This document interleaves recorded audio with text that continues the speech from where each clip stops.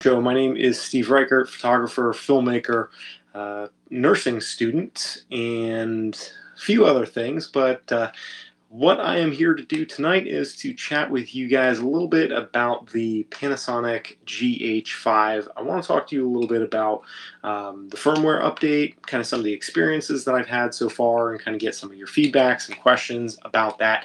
Every Friday night, I do a live stream here where I talk about photography, storytelling, and just answer a lot of Q&A stuff and have some interesting discussions about having more fun and pushing creative limitations and boundaries with cameras. And personally, I like to do that as much as I possibly can outside. But, I enjoy being anywhere that I can be with a camera because that always gives me something to do, stories that I can tell, and a different way to interact with my environment. And yesterday, I got the news that, actually maybe it was the day before yesterday. No, it was yesterday. I got the news that the firmware for the Panasonic GH5 was released, firmware 2.0. And the main thing that I have tested so far has been the autofocus. And the big question that I know a lot of people have had is if Panasonic really did anything meaningful to improve the autofocus with this firmware update. And I would say that the firmware update definitely improved the autofocus, but I wouldn't say that it is spectacular by any stretch of the imagination at this point. You can definitely tell that some work has gone into it. And I actually filmed a video that I'm going to publish on Tuesday on this channel. So if you're not already subscribed, make sure you do that. But I'm going to publish a video on Tuesday about the first photo challenge that we're doing on this channel. And I shot a little sequence with the Panasonic GH5 using autofocus continuous mode to see how the camera's doing with the tracking on the new firmware. And basically what I have found up to this point is that anything that requires like smart tracking seems to be still fairly unreliable. So the selective tracking isn't great, and the face tracking is kind of hit or miss. I shouldn't say that it's not great, it's hit or miss. So I mean, I guess in some ways that's kind of not great, right? Like you want to be able to rely on autofocus if you're relying on autofocus.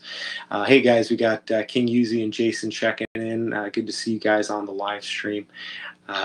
So yeah, some of the autofocus, the smart autofocus stuff in continuous mode is not super reliable. What I've found to be the best up till this point seems to be more the zone-based focusing approach, where you have the 225 point zone focus, or the selective area where you pick a spot where you want it to focus, and then it goes from there. So if you kind of predetermine an area where you want the camera to focus, it seems to do better there, but then you have a little bit more guesswork. So I wouldn't say that I would trust the GH5 for vlogging purposes if I was doing, well, I do one-man band type of vlogging setups.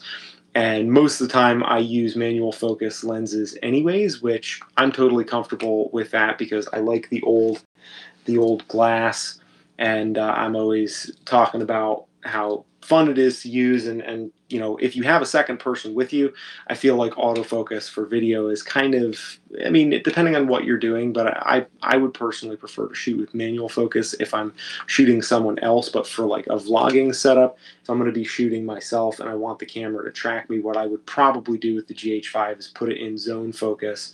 And I have the camera here, of course, so if you guys have questions about this specifically, you can post them up and I'll let you know. So the 225 area, custom, multi, and single area, those are the three that I would say seem to perform the best from what I've done. And I also, in kind of like lower light with high contrast, the face tracking actually does halfway decent. But again, it's hit or miss because there's sometimes when everything is lit better and it seems like it should be much more effective and it is not. So I probably still would not be trusting a whole bunch of my stuff to the face tracking or any of the the smart tracking modes on the GH5, even with the update. Now, additionally, in the update, we got 400 megabits per second, super high, or at least to me, what seems super high bit rate for the video. And I switched my camera over. I tried to record in that mode, and I'll show you the cards that I've been using, which have had no problem thus far handling the write speed. These are the SanDisk Extreme cards, 64 gigs, and a 64 gig card with the 400 megabits per second bitrate could only hold like 20 minutes of footage. So anyways, as I tried to use that super high bitrate mode that was just unlocked, I was kind of excited about it, wanted to see, you know, what that would do. Every time I would try to record, it would cancel the recording because the bitrate exceeded what my card could write in a given amount of time. So I wasn't able to actually test that. I'm going to actually have to upgrade my memory card, which isn't something that I was planning on doing. It was kind of caught me by surprise because these cards have been able to handle, you know, the large files that this writes in normal 150 megabit per second 4K and the slow motion and cinema 4K and all that stuff. And the other new thing, or one of the other new things that came with the firmware update, Panasonic really has given us a lot with this update, is they actually give us HDR video recording, which again, it's something you have to have like a special computer or special system to play it back, which I don't have, so I didn't go down those paths too far. You know, so King Yuzi asked if I would be able to notice a quality difference unless it was on like correspondingly high quality screen. I would imagine probably not. And so that's one of the reasons why I did not rush out immediately to buy new memory cards to upgrade everything for the 400 megabit per second bit rate, because the 150 is, for my purposes, what I'm doing here on YouTube and occasionally on Vimeo, pretty beefy, pretty substantial. I'm happy with that. I'm happy with the improvements in the autofocus. And honestly, there are probably some other additions that they gave to us in the firmware update that I haven't even touched on. But I read through everything that said that there was faster autofocus in the stills too, which I'm kind of, I mean, like the stills, I've always found the Lumix cameras, even like the G7 and the G85, which I tested for a bit, like I felt like those had really solid autofocus performance. In fact, I always felt like the Fuji X-T2 hunted more in lower light than the GH5 did on stills. So that was always kind of caught me by surprise because I expected it to be the other way around. Hey, Brian, glad you're joining us. I'm got my coffee here. Hope you guys are comfortable. Holler at me if you have questions about this too, and I'll turn the camera on, play with the autofocus a little bit. Did they improve the slow-mo bitrate? That's a good question. Let me coffee first.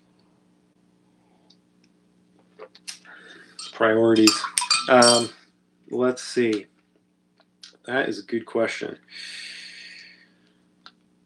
Okay.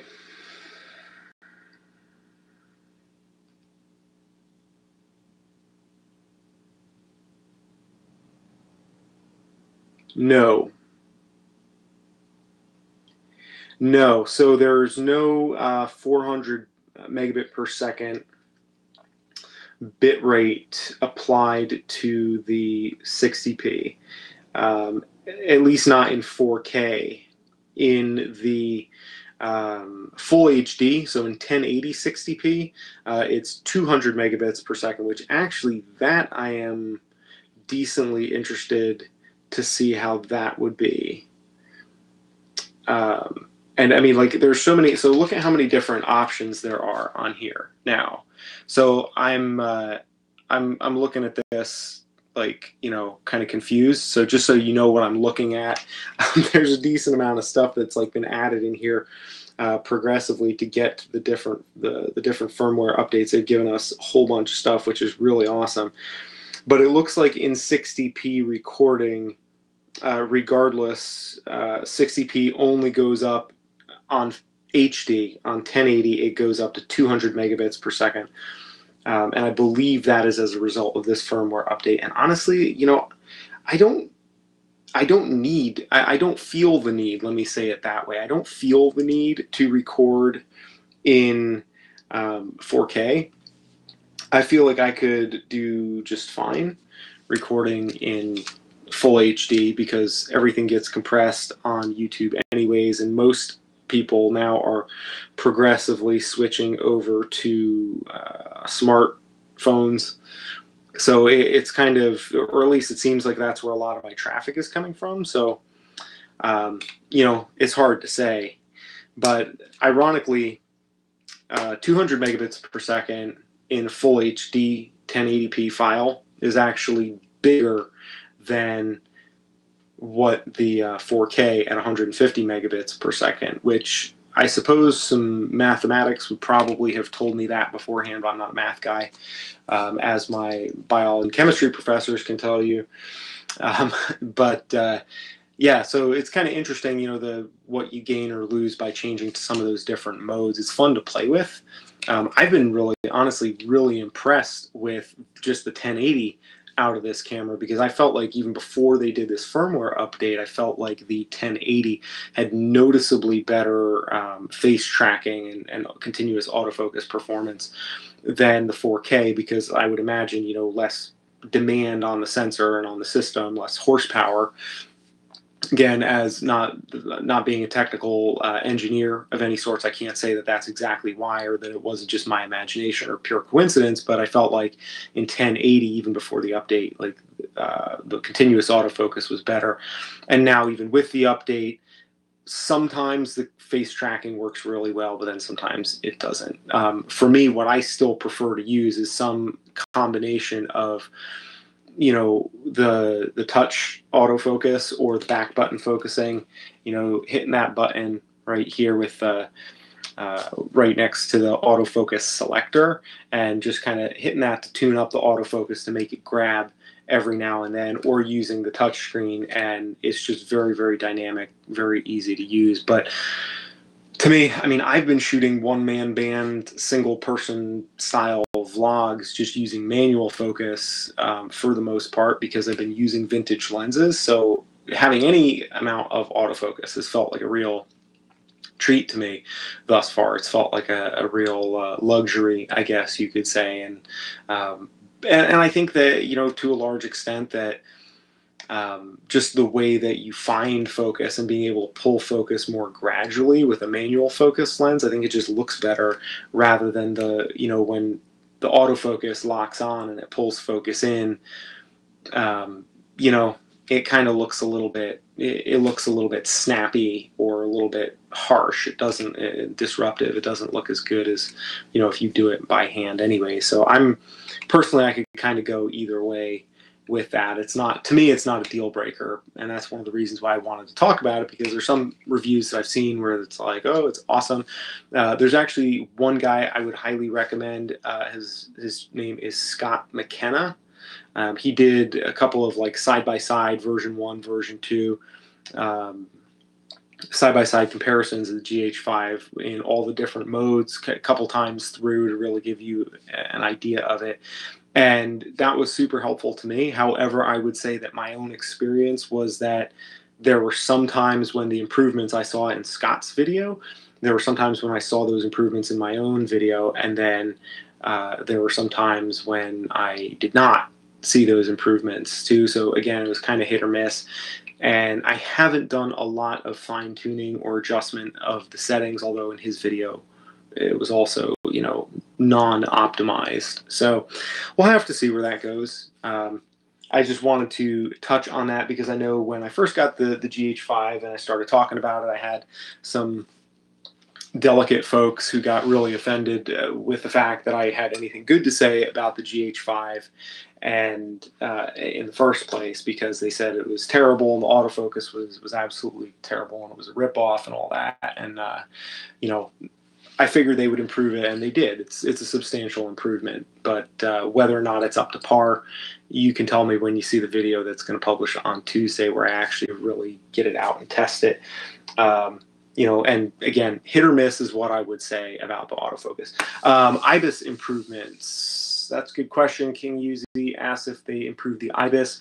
I don't know that they specifically improved the IBIS. I think they improved the IBIS on the last firmware update.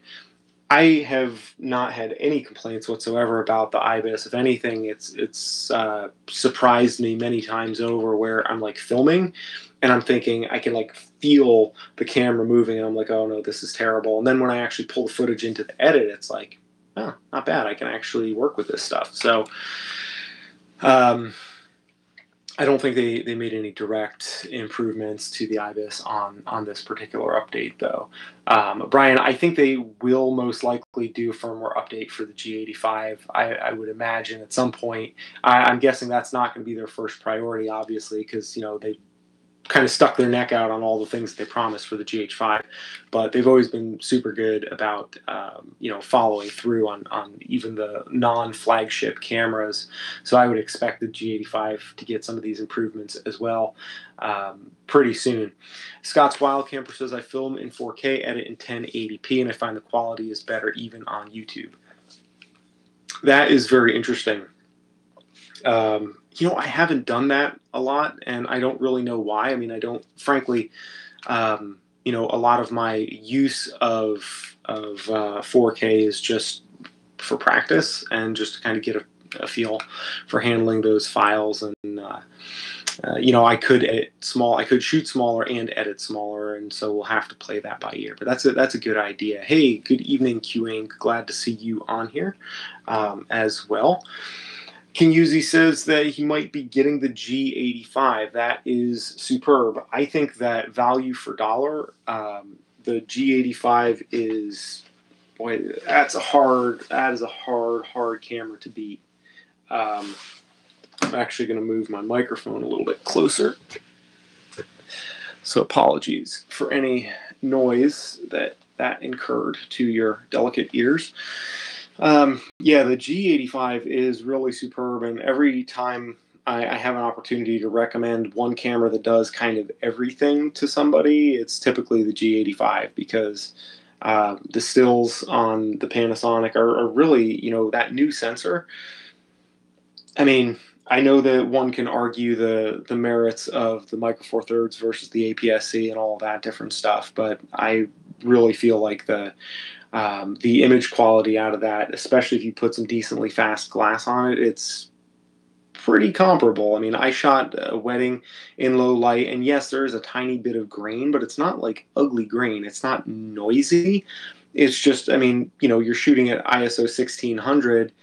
You're going to see some grain in the photos, but it's not unpleasant grain to the point where, in other words, if you showed those photos from that Micro Four Thirds camera to a non-photographer, somebody who wasn't predisposed to being like, oh, I'm going to look at this from like an inch away and I see pixels in there. That's terrible. If you show it to a layperson who's just like, oh, let me see the photo that you took, they would absolutely love it. I mean, like, I sent all those photos to the bride and groom, and they were just like thrilled with all. They loved them.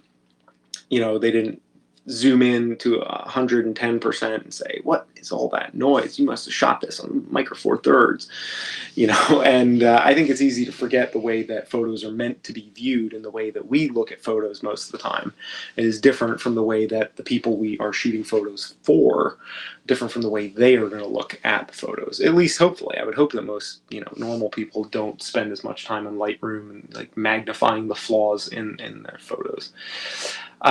Yeah, agreed. Nothing wrong with a bit of grain. It does add some texture. It adds some characters, or character, not characters. That's Twitter with the 280 characters. They're going to do that, apparently. Or maybe that was just a joke. I don't know. But not to get sidetracked on Twitter. Yeah, adding a little bit of grain in the photos is not the worst thing in the world. One of the things that I have been learning, thanks in large part to the GH5, because that is what kind of inspired me to start buying vintage lenses to adapt.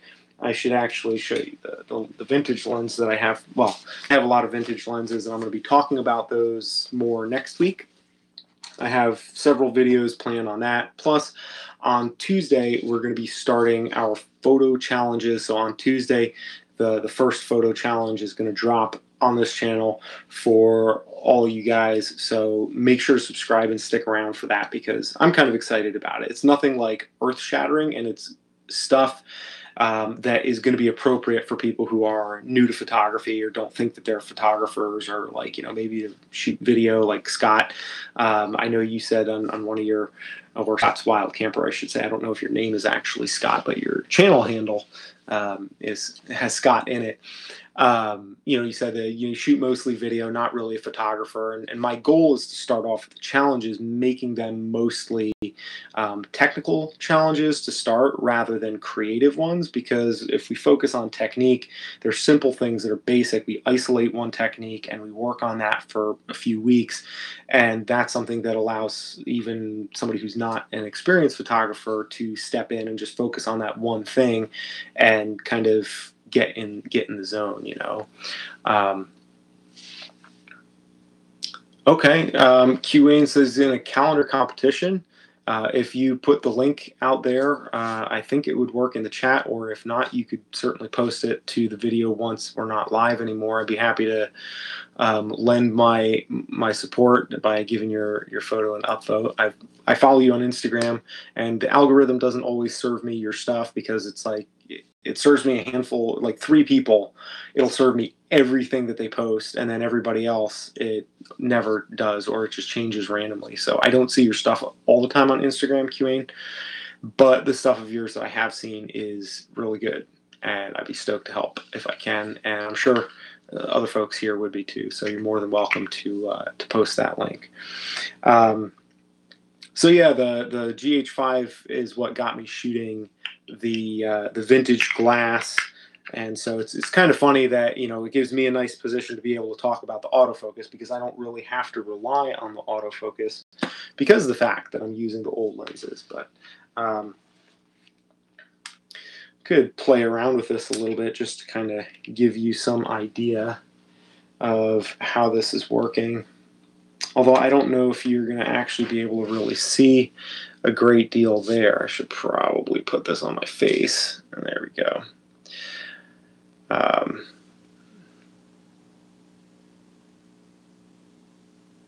Oh, you're Eddie. Cool. Good to meet you, Eddie, in person properly, because I always feel weird calling people by their channel names, because it's like being being on a CB radio or something when you call people by their handle.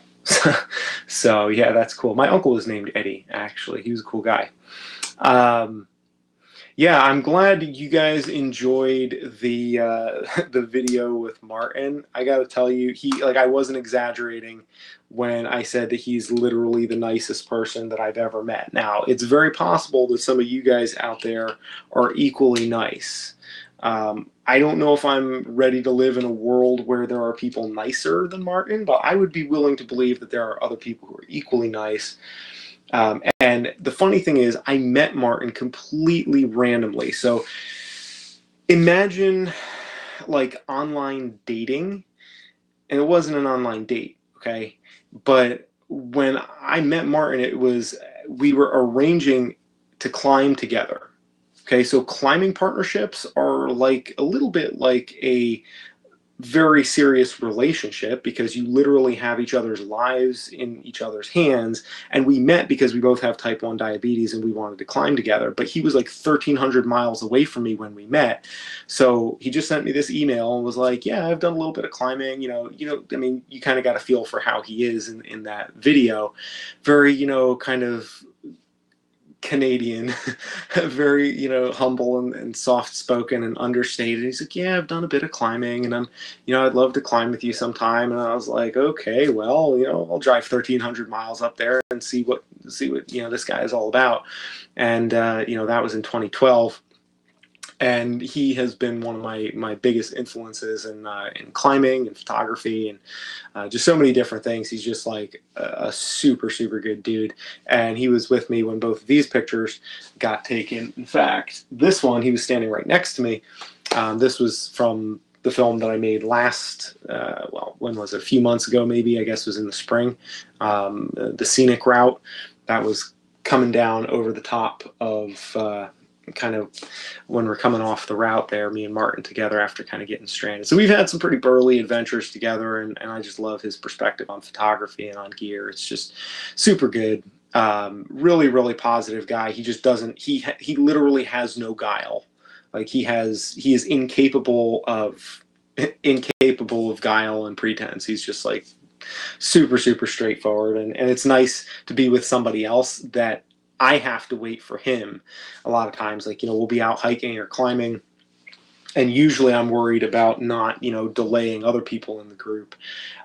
And in this case, it's the other way around, where I'm the one like, okay, I've gotten all my photos, and Martin's still getting some photos, and he's like, down in a ditch somewhere trying to take a picture of like, the wildflowers and trying to cool. Not really. And I don't know a nice way to say this, but my biggest inspiration in school is the desire to get out and never go back. Especially having been out for a long time. Going through it the first time is hard, but going through it the second time is painful and hateful and awful. And like, the thing is, I'm genuinely interested in the stuff that I'm learning for the first time, and I have life experience now, and I want to be like, oh yeah, I know that thing that you're talking about. Like the professor's talking about how many bonds there are in lipid molecules, and that's the reason why they're very energy dense, is because they have so many more bonds. They're a more complex molecule than like carbohydrates that have far fewer bonds, and so they can't store, because each bond is potential energy. So with lipids, they have way longer hydrocarbon chains and bonds that are all stored energy. So like, I want to talk to them about like, oh yeah, the first ascent on Mount Vinson, they, in the highest peak on Antarctica, they were doing shots of olive oil to stay warm. And I found similarly, I found that principle to be true when I was camping under the stars in Joshua Tree. And like, I want to take what I've learned and apply it, but everybody's so busy just doing homework that I can't really learn anything, because school is all about like trying to get you to memorize stuff, which is unfortunate because you have a really good opportunity. Like in the lab, they have Nikon microscopes, and so of course I'm like, oh, let me take these out. I want to play with these lenses, and like all my the kids in my lab group, they all think I'm like old and stupid because I actually think that microscopes are interesting. And they're like, oh, what is wrong with you? Like, because it's not cool to try hard. Like everybody is, I shouldn't say everybody, but like generally speaking, it's just like everybody just wants to get the hell out and go away. And I told the professor, I was like, dude, these are $3,000 microscopes. Yeah, I want to play with these for a minute.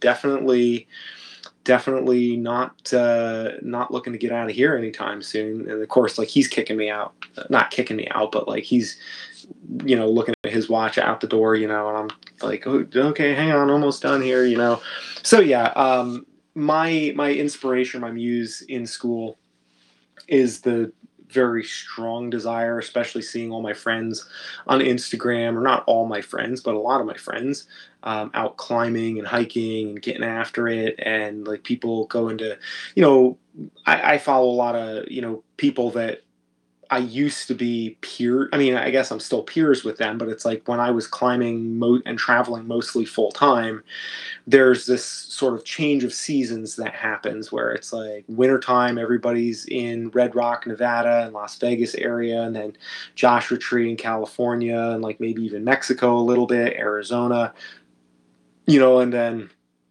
once you go, the weather starts to cool off a little bit or warm up a little bit, then you start moving north. And there's like this migratory pattern that like the climbing dirtbag #van life people, many of whom I am not really close with, but a handful, seeing them out there doing that stuff still, and kind of looking at the way my life has changed in the last few years. Like there are elements of my life that I would not trade for anything.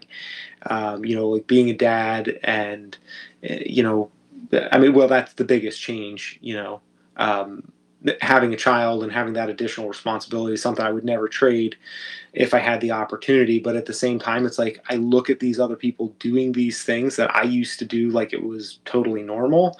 And now it's just like, who am I? Like, who are these people? I used to do this. That used to be me.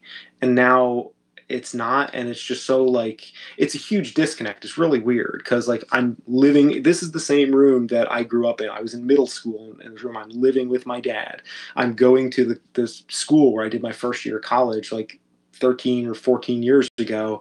It's like literally a time machine, like chutes and ladders, like bloop, go back to, square one and starting all over again. And then like seeing all these people who are out there, like still doing all these things that I used to be doing. It's like, wait, I should be out there too. So, that's definitely a big part of my process right now, is just trying to stay motivated and just working my face off. And I have to say that what I have found, as with climbing and just about every other discipline that I have ever committed myself to, like I'm not used to trying hard at school.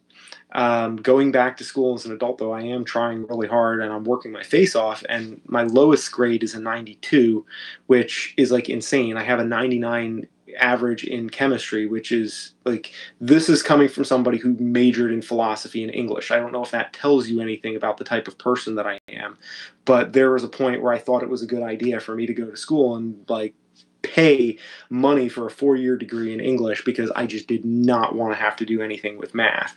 And now I'm taking biochemistry and psychology, and I'm like crushing it. But so there's a part of me that's just trying to get through and do, measure twice, cut once, so I don't have to come back and do this again. But there's also part of me too where I feel like, you got to be happy with where you are and commit to being there instead of like being anxious about getting out, but accept it, No, QA, and I am not liking psychology yet. And psychology just rubs me the wrong way. I mean, I'm sure that it has uses when you get further down the food chain, but like intro to psychology, when you look back at the history of psychology, it's, to me, a lot of what psychology, at least what I'm learning, it's ways to generalize and categorize people into groups. And when I look at what I have learned just by living in the world as an oldster, not really that old, but kind of old. I mean, like I've been out there kind of outside of the college sphere for about a decade. The problems that I see almost universally come from people trying to deal with each other in categories and groups instead of people treating each other like individuals. And so it's hard for me to embrace a field of study that prioritizes a way of looking at the world that I think is completely dysfunctional. I mean, theoretically, it's interesting as a like, oh, what would happen if, and like, maybe all these people do this because of that, and everybody does the other thing because of something else, and like, oh no, we have a completely different explanation that allows us to group, people up in all these different categories. But like the whole categorization thing, in my experiences, does more harm than it does good. And yeah, so, and besides that, the other thing, I mean, that's a very philosophical explanation of why I don't like psychology. But on a slightly more visceral level, I don't like psychology because most of the things that they're talking about are things that I could explain if we were to sit down and have a conversation, but you have to use exactly the right words. And I'm used to what I would consider like soft sciences or like humanities based things where in philosophy, if I could make a good argument and back it up, and have a cogent conversation with somebody about a topic that I'm discussing, then my point would stand. Whereas in psychology, it's the same type of thing, and it seems like you should be able to do that, but you have to use the exact right words because, like, they're, which is very frustrating to me because I like to craft philosophical arguments, and sometimes narrative arguments even that are a little bit more verbose and like off the rails, and it doesn't work so well in psychology. Like a lot of it is just about memorizing stuff. So yeah, Samuel, totally agree. I think that waiting until your frontal lobes, your prefrontal lobes, and your frontal cortex is more developed, I think that would be very beneficial for a lot of people.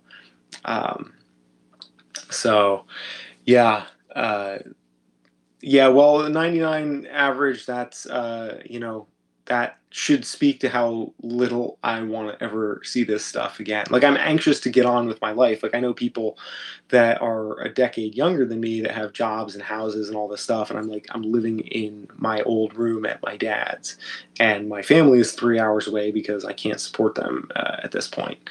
But that notwithstanding, I know that in the long run this is a good thing, because I'm building the mechanism to be my own, largely at least, to build my own support network to support my creative career.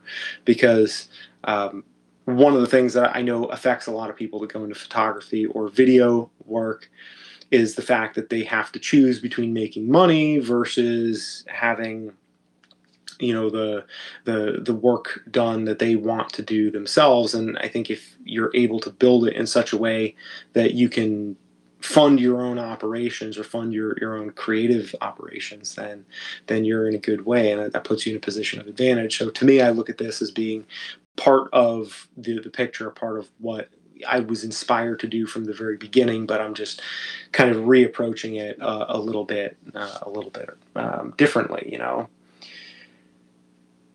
Yes, totally agree with that statement, King Yuzi. Students with a bit of life experience would make classes a better place, and without trying to be all preachy, like, I do try to convey some of that, and like some of the most everybody in all my classes, there's like 3 male students in all of my classes. Um, hey, Queen of San Joaquin, good to have you here. But yeah, like, I'm the only guy in almost all of my classes. We're very close to it because in the pre-nursing stuff, most of that demographic is female. And so the girls that I sit with, like, they're like all right out of high school.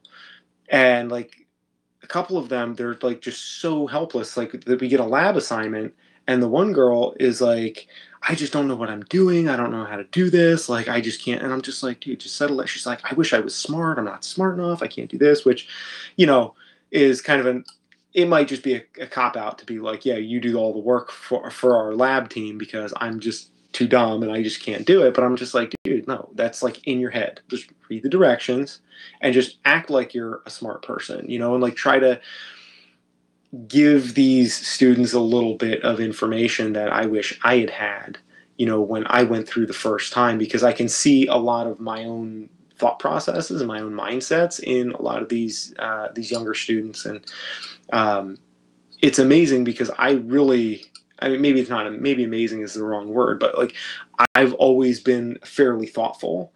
If we had a conversation however many years ago when I was in college, you probably wouldn't find me that much different. But like, my thought processes, like, I was very composed and very, much the same fairly serious person.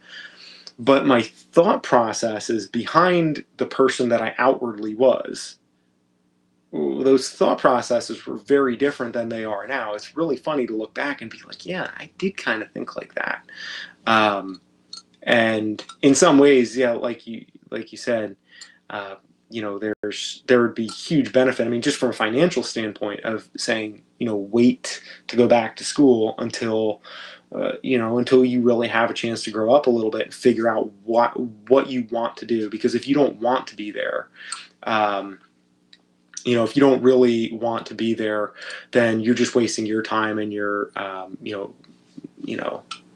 making it worse for other people in some way. Hi, JR. I'm not sure if you're trolling me or not. Oh yeah, I guess that is a little décolletage. Is that the word? Yeah, the chest. I was lifting before I started going back to school. And then I went back to school, and now all I do is study and make YouTube videos. But I am getting a gym membership soon because all this sitting is just like driving me insane, and I need to get back in the gym and do something. I would prefer to be climbing, but lifting is something, and it's active, it's moving, and that's you gotta get your activity in where you can. But yeah, sorry about that. Sorry about that if I made anyone uncomfortable with the exposure there. Yep. Anyways, yeah, it is a little bit risque. I should probably have like some sort of a warning on this channel for anyone who's feeling delicate. These zippered shirts are a little hard to figure out. You don't know exactly where you stand. With buttons, there's a clear standard. It's like button 1, button 2, button 3. Button 2 is quite casual. Once you're past button 2, you're in no man's land. But zippers, it's like, okay, well, if I'm not bottoming out the zipper, then there's plausible deniability here. Good evening, Sean. What time is it here? That's a good question. Let me see if it comes up on my screen. No, it doesn't. 8:55 p.m. actually is the time. Yeah, I don't know what that means, King Yuzi. I don't know who Jack is or who Jack's girls are. Oh boy, yeah. That is also possible. Yeah, I mean, to be fair, to be literal, because I'm painfully literal sometimes, which annoys people who are like have a sense of humor. I have a sense of humor. I'm just very literal about everything, and some people think that means I don't have a sense of humor. I actually used to lift quite a bit before I got into climbing.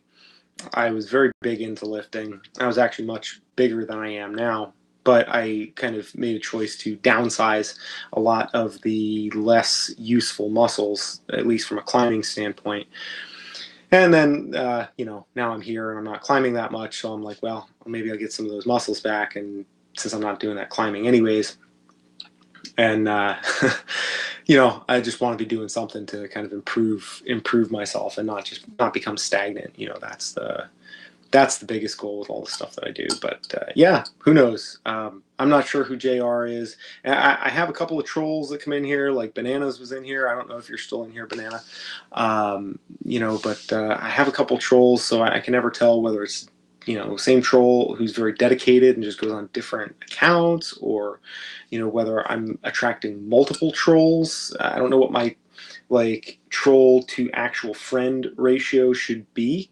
Is there a way to gauge your success by saying you have X amount of friends and Y amount of trolls, and you divide friends by trolls, and that gives you some sort of coefficient that you can use to say I'm getting all mathematical. But yeah, and I know, thank you, King Yuzi. I definitely have heard that to have trolls, that it's a sign of success. But is there a point of diminishing return where it's like if you have a bunch of trolls, then you just have you've kind of gone past that point, that inflection point, and you've really just gone to a point of creating trolls instead of friends? I don't know. That's the thing that I would like to dig into, maybe, or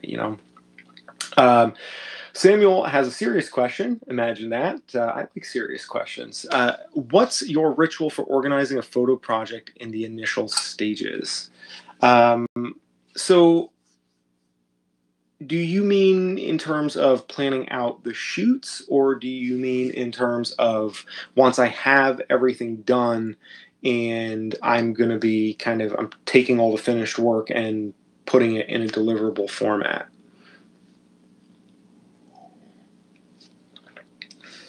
Because I will admit freely that when it comes to shooting, I don't really have much ritual other than to spend time with the person in the situation that we're in with no cameras. So I like to think of it as kind of merging onto a highway. The person and the situation that you are going to be photographing, the more you are up to their speed and in their lane or very close to their lane, if we want to maintain the integrity of the driving analogy. Hey, Kit, good to have you here. What I want to do as much as possible is give myself time to ramp into that situation with them.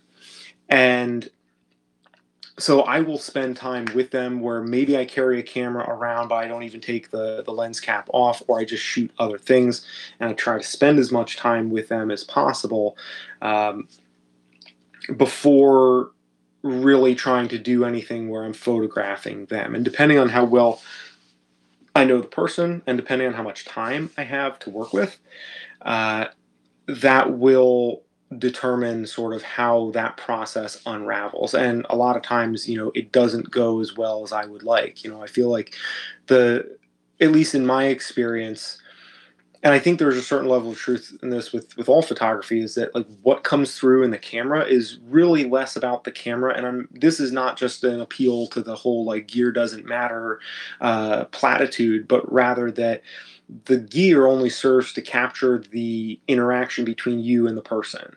The gear is just a conduit of what is there, and really the bottom line comes down to relationships and the way you make people feel and the level of comfort that they have to open up to you to make the camera or allow the camera to disappear. And certainly a smaller camera helps with that. But so really my goal it's like the work before the work. And I think that half of the photography is not done with a camera.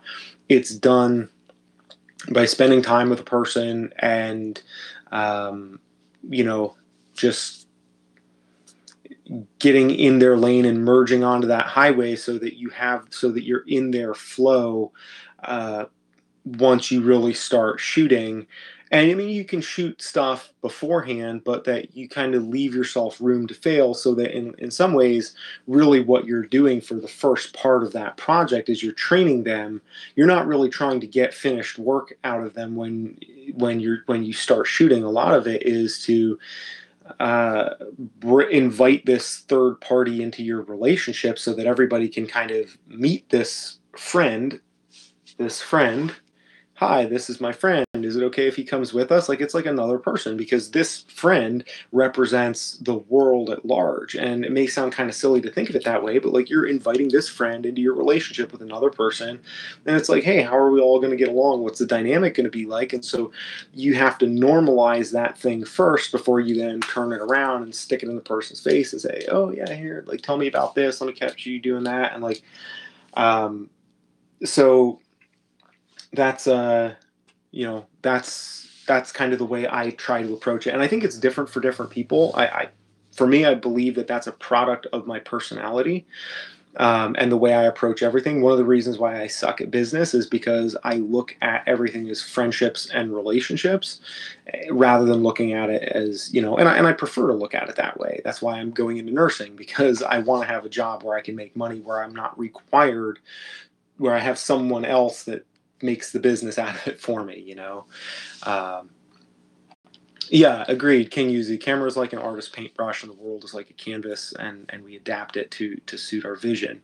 Totally. And I think that when, like, cameras make things weird with people. Like I would say about half of the people that I've shot in projects are people that I at least know somewhat.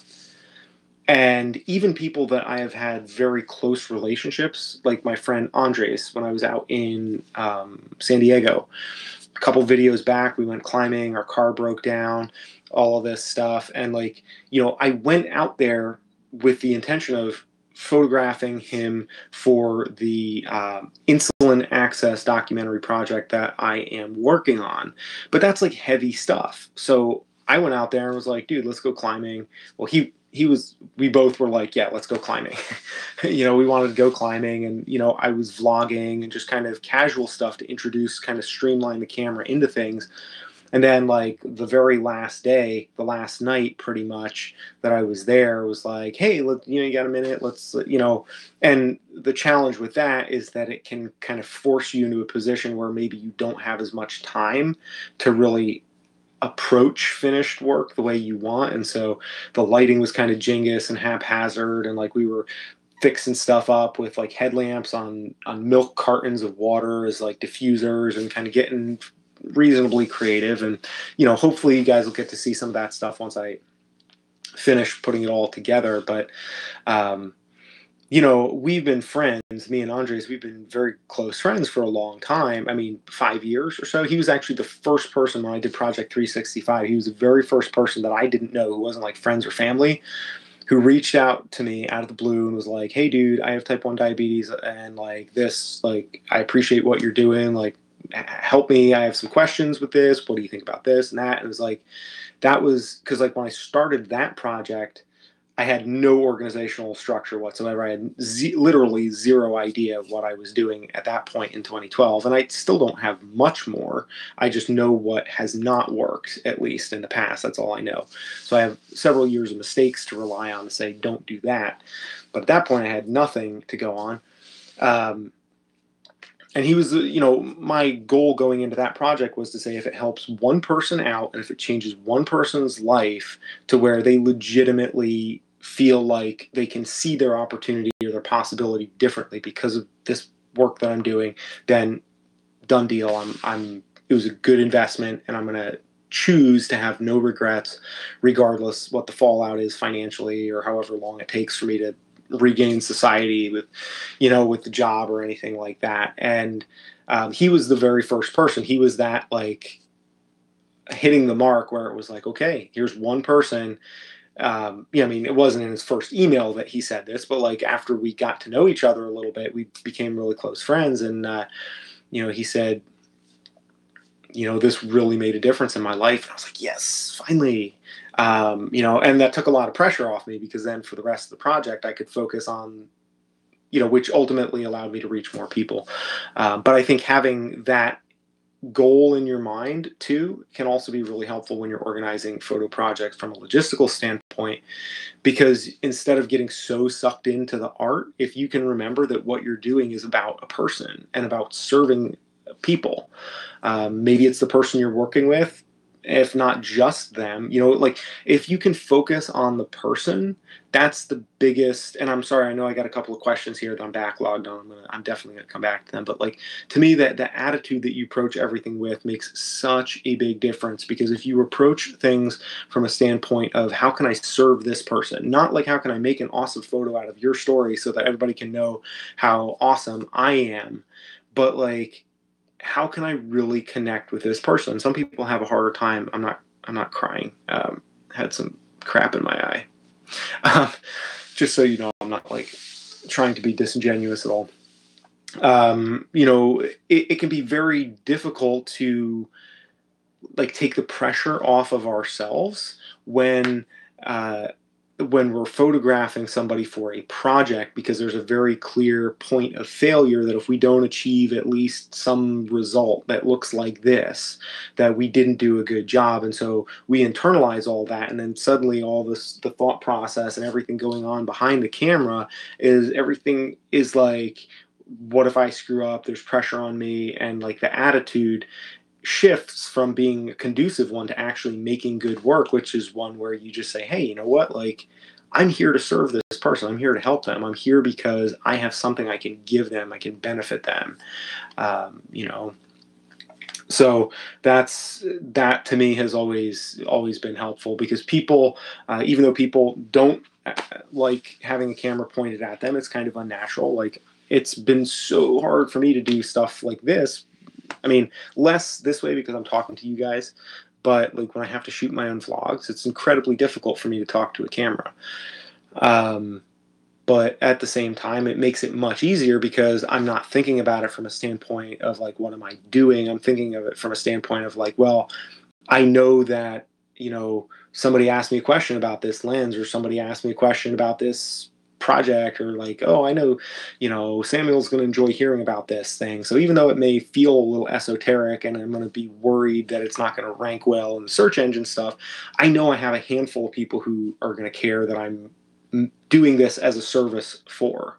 And like, when you change your attitude, you change everything else. You change the way the camera works, you change the quality of the shots. And it sounds jingus, but like, to me, it works. And like, people give you back what you give them. And when you are, and like, even, and I've seen that, I guess my point, what I went on this rant about was like, I've seen that at work, even with people that I'm very close to, when I put a camera in between us, where, you still have to center yourself and connect with that person, and, ease that camera into the relationship, even if you know that person. So I think it's equally true, whether you're really close or whether you're, I mean, in some ways, if you can kind of do fly on a wall style with somebody that you don't know that well, to just be able to say, hey, I don't know you, you don't know me, like kind of keep that barrier there. In some ways that's easier, but I think that makes it harder to connect fully and really get really sincere, heartfelt work that your audience can see and really connect with too. Because that's where the quality comes in, is when you're putting yourself out there and you're being vulnerable. One last point, I promise I'll get back to the questions. And hello, Christopher Holiday from Seattle. Glad you are with us. You know, if you ever watch John Free and some of his videos where he, like, there's one video in particular, I love John Free, like classic old guy on YouTube, which I'm getting there. I'm going to be one of these old guys on YouTube in like another couple of years. I mean, there are people, all the, like the girls in my lab group, they all think I'm like ancient because I, you know, didn't grow up with Justin Bieber and stuff like that. Feels really weird. But you know, his one video where he dumps out all of his old photos on the coffee table, and he's going through his old photographs and like looking at these pictures that he took of like tramps and for lack of a better term, bums, but there's tramps, bums, and there's another, I forget what the like not migrant, itinerant, like homeless guys that like rode trains back and forth. Hobos, I think is the word. You know, and he was documenting all these guys like back in the 60s and 70s, I believe. Did it all with film, and he's been in a couple of Ted Forbes videos if you ever watch Art of Photography. But I watched some of John Free's videos on his channel, on John Free's channel, and you know, he's like talking about the times that he spent. This is like decades ago, but like very personal things, and you can tell how like emotional he gets like decades later talking about this guy that died when he got, you know, rolled for, you know, talking shit to somebody, or like the other guy who, you know, had a daughter somewhere that he hadn't seen in years and he was going to go back east and see if he could find her, and like this guy was really, you know, he was good, he used to be a musician and like his down on his luck, and he came out here, and like, you know, all of these stories, you could tell that he had to put himself out there to really connect and to really get those photographs, and like that makes a huge difference, and there's no way to fake that, and there's no way to technique that. I mean, you can certainly ruin that by having no technique, but you can have all the technique in the world and lack people skills and lack connection and empathy, and all the technique isn't going to do you any good. You're just going to, it's just like, it's going to come off flat and wrong and just not, you know, great. So I love talking about that stuff though, because that's super interesting to me.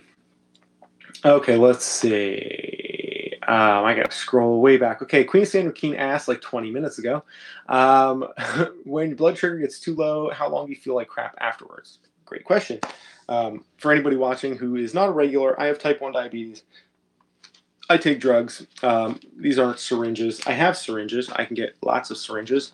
If anybody ever wants syringes. Now, I'm not going to go there. Anyways, yeah, I take insulin, and my blood sugar does sometimes go too low, although very, very rarely because of my high-fat diet, which ketogenic diet works super well. I've ranted about that here on some of the live streams. Usually it depends on how low I go and how long I have been low. That usually determines how long it takes me to really feel better afterwards. So sometimes, like if I go low in the middle of the night, but I don't wake up and catch it. Hey, good evening, Tiff. Good to have you here. You know, if I go low at night and I sleep through it, it doesn't like keep going low because I don't die. I'm still here. But like if it stays low and then it comes back up like 3 hours later in the morning when I wake up, then I'm going to feel, you know, not great for like an hour or two, probably, maybe even 3 or 4 hours. It takes a little while to kind of re-titrate the blood glucose or for it to really affect the internal environment sufficiently to where you feel a lot better. But when you have a like really short term low, like if I just took too much insulin and like my blood sugar just crashed out, like kind of spiked very suddenly, and I was like, oh man, my sugar's low, I need to eat some candy. You know, probably within 10 minutes or so, 5 to 10 minutes from eating something, my sugar would start to come back up pretty steeply, and I would probably start to feel better. The problem is with that scenario is that when your sugar starts to come back up, then it keeps going up, and then your sugar goes too high, and then you feel like crap because your sugar was low, so you ate food, and then it went high, and now you feel like crap because your sugar's too high, so you have to take more insulin to bring it down. You see how that cycle becomes a problem, which is one of the reasons why I am a huge proponent personally of the particular low carb diet. I mean, for everybody, not even just for myself, because it means that your body is using less insulin. And if your body's using less insulin, it's more efficient, and it's ultimately it's a more efficient process that puts less oxidative stress on your body. It doesn't burn. It's basically like cleaner burning fuel in your body if you can do that without. Yeah, I love barbecue pork rinds too. Yeah, barbecue are hard to find. They always have the hot, spicy ones, and like I can't always find the barbecue ones. But when I can find the barbecue, like the Turkey Hill, I think makes some. They also make the lime, the chili lime barbecue rinds, and those, oh man, make me slap your grandma. They're delicious. Huge fan of those. Yeah. Cool. All right, let's see. Oh, I think Sean Kim. Sean, I hope you're still here. You asked me if I've ever done wedding photography. I have done some wedding photography, and yeah, I won't give you the whole story, but I've done a little bit of it. I've done some wedding photography, just like assisting other people. The thing is, like, if I loved wedding photography enough, I would be motivated to go out and get jobs doing wedding photography. But like for me, it's the kind of thing where if somebody came to me and was like, look, we'll pay you this much money to do a wedding, I'd be like, okay, sure, I'd love to. But it's not something that I'm like into to the point where I'm going to be like, hey, come, let me shoot your wedding. It just doesn't, it's not really my thing at this point. So rather than approach a subject that I don't have as much interest in or as much passion about, I will assist, I will assist with somebody else. Or if it's a friend, like I have a couple of friends and relatives, one of my cousins-in-law, I guess, she got married this past summer, and I shot her wedding. I assisted as a second shooter on her wedding, and I did some video with the GH5, and that's actually on this channel. You can find it on this channel a couple months back. It's in the GH5 playlist. I made a couple videos surrounding the wedding, and it was, or at least one I made, and it was great. Like I really loved it. I felt like I got some really good photos, and I enjoyed what I did. But it was also very stressful, and it was like, to me, a big part of what I enjoy about photography is without meaning to be or sound disingenuous, is the authenticity. Like to me, it doesn't feel very real to walk up to somebody that I don't really know, stick a camera in their face, ask them to smile, try to get, it's like, it's very mechanical. It's a very technical process. It's not very joyful. Whereas or even real, not even at all things have to be joyful or happy, but like, I like photography to connect me with people and with experiences. And so it's really hard to do that with, and maybe it's not. Maybe that's just a skill that I haven't learned to apply there. And maybe that, really good wedding photographers do that, and I just haven't reached that point yet. Maybe I will someday.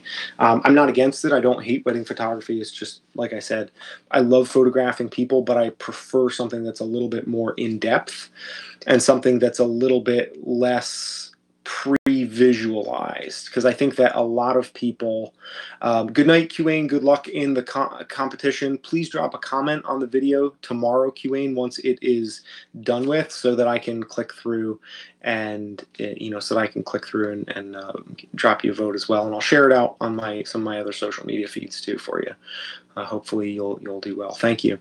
But yeah, the connection that's there, it's hard to say that connection isn't there, but for me, I like to have a little bit more time, and with a type of situation where the person doesn't necessarily have a pre-visualized idea of like this is what it needs to look like, but rather where it's like, hey, we have this experience, and come on in and let's make something out of it.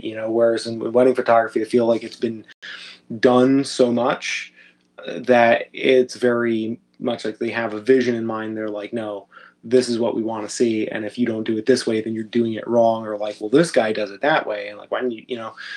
Whereas I'd like to say, okay, let me get to know you. Let me figure out a way to do it, that works for you, or that, is personalized a little bit.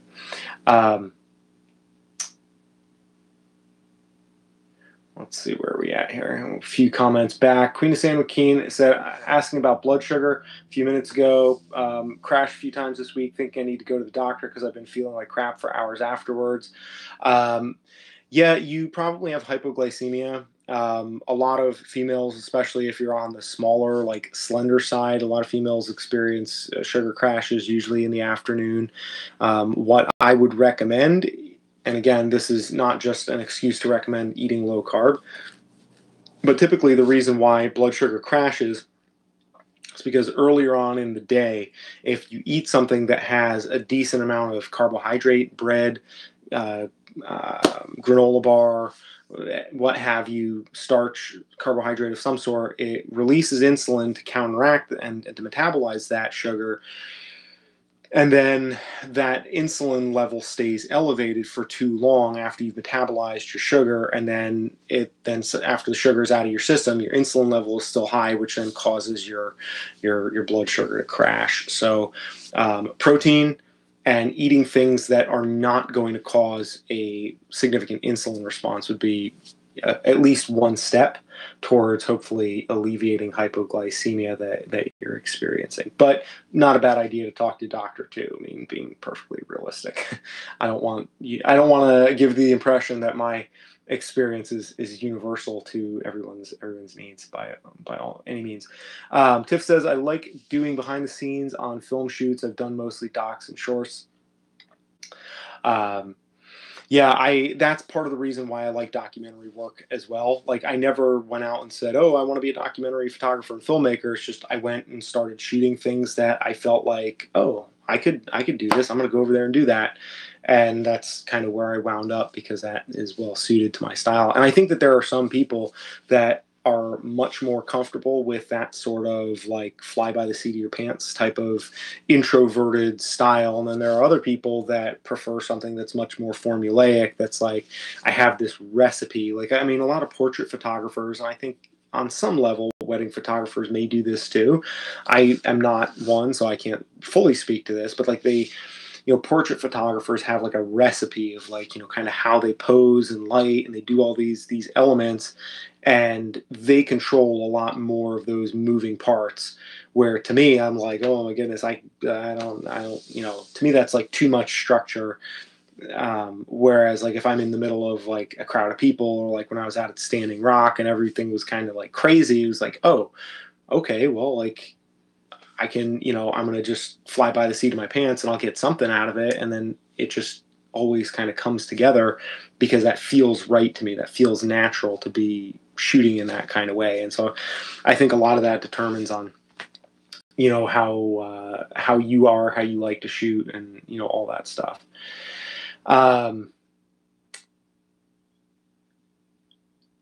Yeah, that's kind of what King Uzi, what you were saying back there. Jason R says, it seems like you can make a lot of money, but if you have a bride that is super picky, it seems like it can go sideways real easy. Correct. You definitely, I mean, if I make a film that people don't like, what am I saying? Need my beret and my mustache with the wax tips. Now, if I make a video on YouTube and people don't like it, they give it a thumbs down, or they give me a hard time about it, and say that I'm an idiot because I don't have the same model camera that they chose to buy, right? Like, that's been about the extent of it. And in a wedding, like, if you let that person down, like, oh, you do not want to be that, you don't want to do that. And it is really stressful. And it's also stressful too, because to really make any money with wedding photography, you have to be shooting a lot. and you're always shooting on weekends, and it's a long day because you cannot miss anything. You can't let anything slip through the cracks. Very, very high stress, very high pressure, and you know, you're responsible for everything. And I think I just saw Tiff mention something that stands out to me. You know, Tiff says, I like taking chances with the shot, not really something you can do with weddings unless you're a huge name. I totally agree with that. You know, I think that, to me, what I would like to do is, like, I would love to build a brand eventually around shooting weddings in that style. I think that's something that takes time, and I don't think that that's, you know, it's like you have to.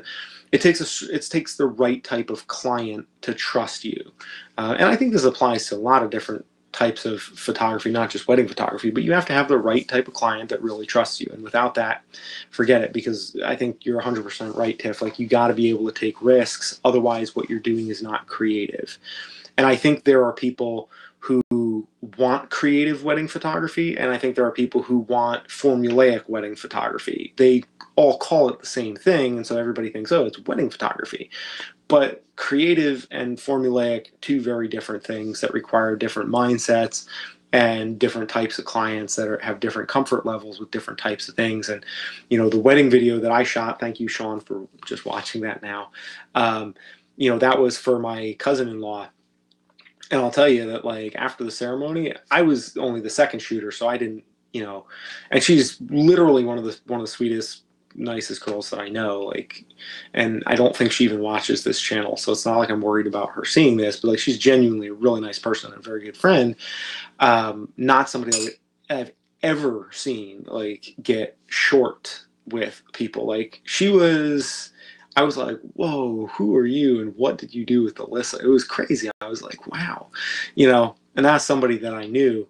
And, you know, she was kind of yelling at me, but then she wasn't really blaming me, because it was like, she knew that I wasn't really in charge. So she was like, what's going on with this? What's with that? You know, I was just like, oh, sorry, dude. Like, I'm just second shooter. I don't know anything, you know? So it was nice to have plausible deniability in that situation, you know? Yeah, I think a little bit of that just comes out, you know? Jason says, I forget the famous photography who put people, or a famous photographer who put people in a corner on a crumpled carpet. That seemed interesting in that he let the model dictate the pose. Yeah, very interesting. And posing, like, I'm not good at asking people to pose, but I feel like I'm halfway decent at anticipating moments when somebody is doing a thing and when they're going to perform a certain gesture that shows what they're doing in a way that is not posed, but that is deliberate, if that makes sense, you know. Well, let's see here. Man, we got some interesting stuff here. Queen of San Joaquin says, I did a video where I went to Pep Boys and asked the parts guy to be in my video. He was cool about it, but sort of awkward. Yeah, I mean, you know, maybe do a couple videos with the parts guy. Sometimes it takes a little bit of time to kind of get people used to that stuff. And a lot of times too, I think that with people, if they've never been on a camera before, you know, if you can find a way you got to find a way or a level on which to connect with them. And that's really what it comes down to. Maybe it's setting up a camera and just letting the camera run, and not, like, so that they kind of forget that the camera is there, and then your conversation just becomes organic and the camera is just going. If you have a camera that will shoot for that duration, like, that's one way to approach it, perhaps. You know, yeah, I mean, there's really not a lot of substitutes that I know of other than time, and just time and connection to really break down that type of barrier, because people are typically a little bit on the, you know, if you can find a way to help the person, your subject, ignore the camera, make the camera go away, and if you can be in the scene with them so that they're just talking to you and you guys are having this conversation and the camera isn't, like, straight up in their face, or it's like not like you talking to them from behind a camera, like that rattles people, you know. But if you can just remind them that, yeah, it's just a you know, it's a conversation between me and you, and that's really all we're doing. And Scott's Wild Camper says, I prefer to film people that I'm with when they don't know that they're being filmed.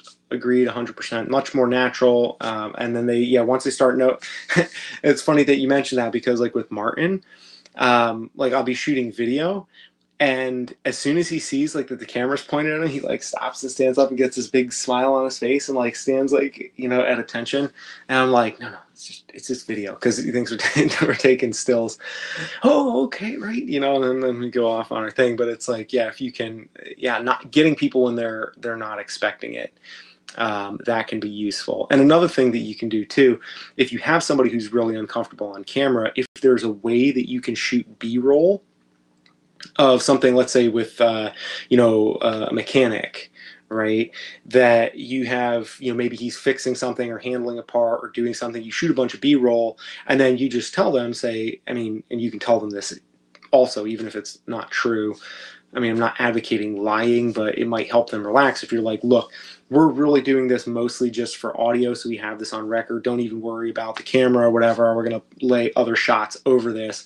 And then that way they relax a little bit more, because it's not about, they're not thinking about like, oh, this camera is looking at me. It's more just like, oh, this camera is just listening, and we're going to put other stuff. Or if you can shoot it in a way where the camera is just kind of on, you know, something else, like maybe their hands, or like a wider shot or something like that. And a wider shot can be useful for that too, because it puts the camera further away, and then you get, you know, you just have to make sure that your audio is not also far away, because then otherwise it's going to sound like, you know, it's not going to be great. You know, and so it's important to get the audio on point there. Tiff says, if I could emulate anyone, I would love to take shots like Gregory Crewdson, but with a Fuji. I don't know who Gregory Crewdson is. I'm gonna have to look at that. And Queen of San Joaquin, I just thank you so much. That's a very nice compliment. I'm assuming that's my video you're talking about. And if anybody here gets married and you want me to shoot your wedding, stills and or video, don't hesitate to ask. I can't promise I'll be available, depending on what my school is like, but I would totally love to shoot your wedding. That would be super cool. I enjoy it. Sean Kim says, since I like taking street photography, street portraits, I think I like wedding photography. Yeah, I mean, it's definitely a good place to start. What I would recommend, if you're interested in wedding photography, I would say, you know, in whatever network of friends you have, excuse me, or even at your church or something, you know, talk to people, put up an announcement, and just be like, look, this is something that I do. You can see my work here. You know, show people, make some sort of a portfolio so people know that you are competent, and say, look, I'm, you know, offering my service for like half price, or for, you know, I'll shoot it free to start with, or something like that. And, you know, make them a deal that they can't refuse. And then, you know, that way you don't have the pressure hanging over your head, and maybe you get people who have lower, I mean, not to sound lower expectations, like people that aren't going to, like, you know, really put you under the gun so much. King Uzi, that's a great idea. Birthdays, family events, family functions, totally. Or like even engagement shoots too. That would be another way to start out, because engagement shoots, like if like the couple likes the person that does their engagement photos, they're probably going to bring them along for their wedding. And then if they like what you do for the wedding, they'll probably bring you along for the 1-year anniversary or the baby photos or whatever. So you can build some really good relationships there. Start off and say, look, I'm going to offer free engagement shots, and you know, or like set a price that's fairly low, like, you know, I'm going to give you maybe 20 engagement shots for $100, okay, which is, I think, a steal, right? I'll give you 100, or I'll give you 20 shots for $100, and if you also hire me at my full rate, which should not be just $100. Your full rate should be like closer to probably between $1,500 and $2,000. Say if you hire me for that, then I'll give you these photos for $100, something like that. I don't know if I'm presenting it very clearly, but like you give them something up front and say, if you want to hire me for that, then you get a discount on, like, if you want to hire me for the wedding, you get a discount on the engagement photos. And then you also have the chance to cancel at no penalty or something like that. And that way you get to have a lower pressure situation. It's not like a once in a lifetime moment. You get to know them, and that puts you in a better position for when, the wedding comes. If they hire you, you build a little bit more of a rapport with them, figure out what they like, what they don't like, if there's things, and you have a chance to like smooth things over with them too. Like, for example, if the bride is like, oh, I don't like the way this light made me look, it gave me more chins, then you can be like, oh, no problem. You know what? Let's go back out. I'm going to totally do this over again. Like, we're going to make it good. And like, you go the extra mile there when you have the chance to do that. That buys you some credibility, some favor, and then you get into the situation with them, and they already know that you're a stand-up guy. They can count on your work. They like you. They've built a relationship with you, and then everything from there can be much smoother. It's good advice. I should probably try taking this. But then I wouldn't be able to live in my dad's house and go back to community college at 35. So why would I want to take my own business advice? Yeah, maybe I will at some point. I might start putting ads on Craigslist or something and see if I can shoot a little bit here and there on the weekends, because now I'm talking about, I kind of do miss shooting. And now that I've gotten rid of like my high-end cameras, I'll go out there with some manual focus lenses, be like, no guys, it's totally cool. I promise I'm really good with the manual focus lenses. Like, you got to trust me. The cameras don't matter. Like, totally cool. I can make good stuff. Yeah, let's see. Let's see, where are we at here? Queen of San Joaquin, yes, I definitely will put dubstep in your video. You can have any kind of music in your wedding video that you would like. Tiff, I will definitely look his stuff up. It sounds good. Maybe if he's on Instagram, I'm assuming this is somebody that's still with us on this mortal coil. Maybe you tag me in one of his either Twitter or Instagram posts if he has those. That would be super cool. I'm always into seeing new artists that are inspiring. Peter Kent says, good evening, Peter. In my opinion, street photographers make the best wedding and event photographers. I agree 100%, because I consider myself a street photographer of sorts. So I like to think that that's uniquely qualifying. Let's see. Where are we here? Yeah, disposable camera at every table. Let the guests take their own photos for you. That's a really cool idea.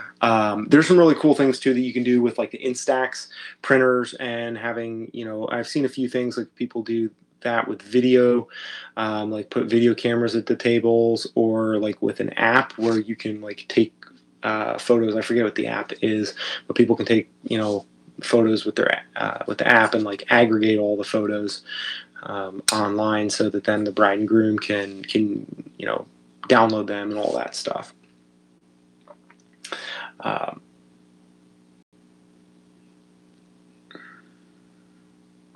Peter says, I shoot engagement photos for free, but only provide them with a signed contract. Yeah, that's a cool idea. I like that. Samuel, news and documentary photographer here, poorest of the poor. I don't know about that. I think that, everybody there's a certain element of that I think you can adapt that style. Like, if you believe in that style and you can convince people of that style. And the thing is, if you really believe in that style and you're like, you can sell it. I mean, look at modern art, for example. And I at the risk of offending people that have, more developed artistic sensibilities, I mean, there's a lot of modern art that I look at and I'm like, okay, it was probably fun for the guy that dipped his, dog in paint and let his dog run around the canvas and then sold this thing for like $500,000. But when I look at that, I don't really see anything that screams value to me. I see something that's just like,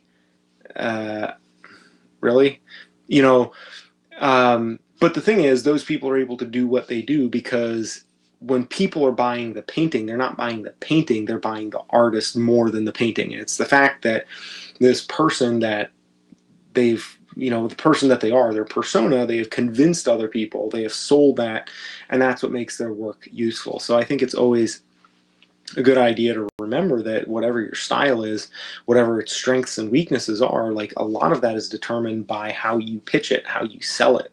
And there's always a market for everything. Like, I mean, maybe not everything, but pretty much everything. I mean, there are thousands of people that subscribe to this channel. I don't know if I would subscribe to my channel. I mean, I think I am subscribed, or I did subscribe a while ago, or I tried to. But like, you guys are all here. Like, there's a market for what I'm doing. Even though I look at it and I'm just like, really? I watch Peter McKinnon's stuff. I watch some of the other creators on YouTube, and I'm just like, man. Maybe I should just give up and just sell my stuff, and But then what would I? My life would have no purpose if I wasn't like making stuff. I mean, I don't mean that completely literally, but kind of. Yeah, I get it. Queen of San McKean says, I hate trying to see the meaning in abstract art, and I think that for me, it probably would mean more to me if I were a painter or if I did abstract art, because I think if you do abstract art, you can probably appreciate it more. It's just like, I don't like jazz music, but I can appreciate it because when I started playing the guitar, I started to realize like, oh, this music that I don't think sounds very good is still incredibly technical and difficult in its messiness. And even though I don't like that, I still can appreciate it. And so, and like with painting or with, most abstract art, which to me seems like most of it is painted, that's the kind of thing where I look at it and I'm like, yeah, I'm not saying that there is no value. I'm saying that I just don't see it if it's there. Like, that's not the kind of value that I look at and aspire to. That's the kind of value I look at and say, I don't know about that. Let's see. King Yuzi says, Masashi Wakui is one of my favorite photographers. Tokyo city nightscapes in the rain, beautiful reflections, neon signs, and umbrellas. King Yuzi, is that the fellow who was doing the thing like a while ago where he had the lens off the camera and he was like kind of holding it in front and just kind of like doing this weird like tilt shift thing, but without like an actual adapter, just freehanding it?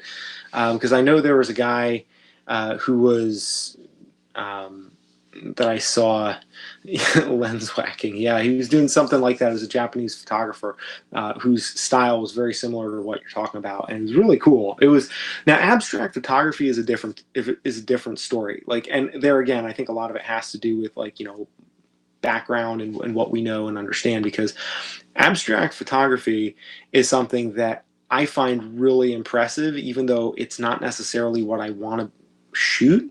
When I look at those pictures, even though I look at them and I'm just like, that doesn't really look that great, but I think about like, okay, how did they do that with a camera?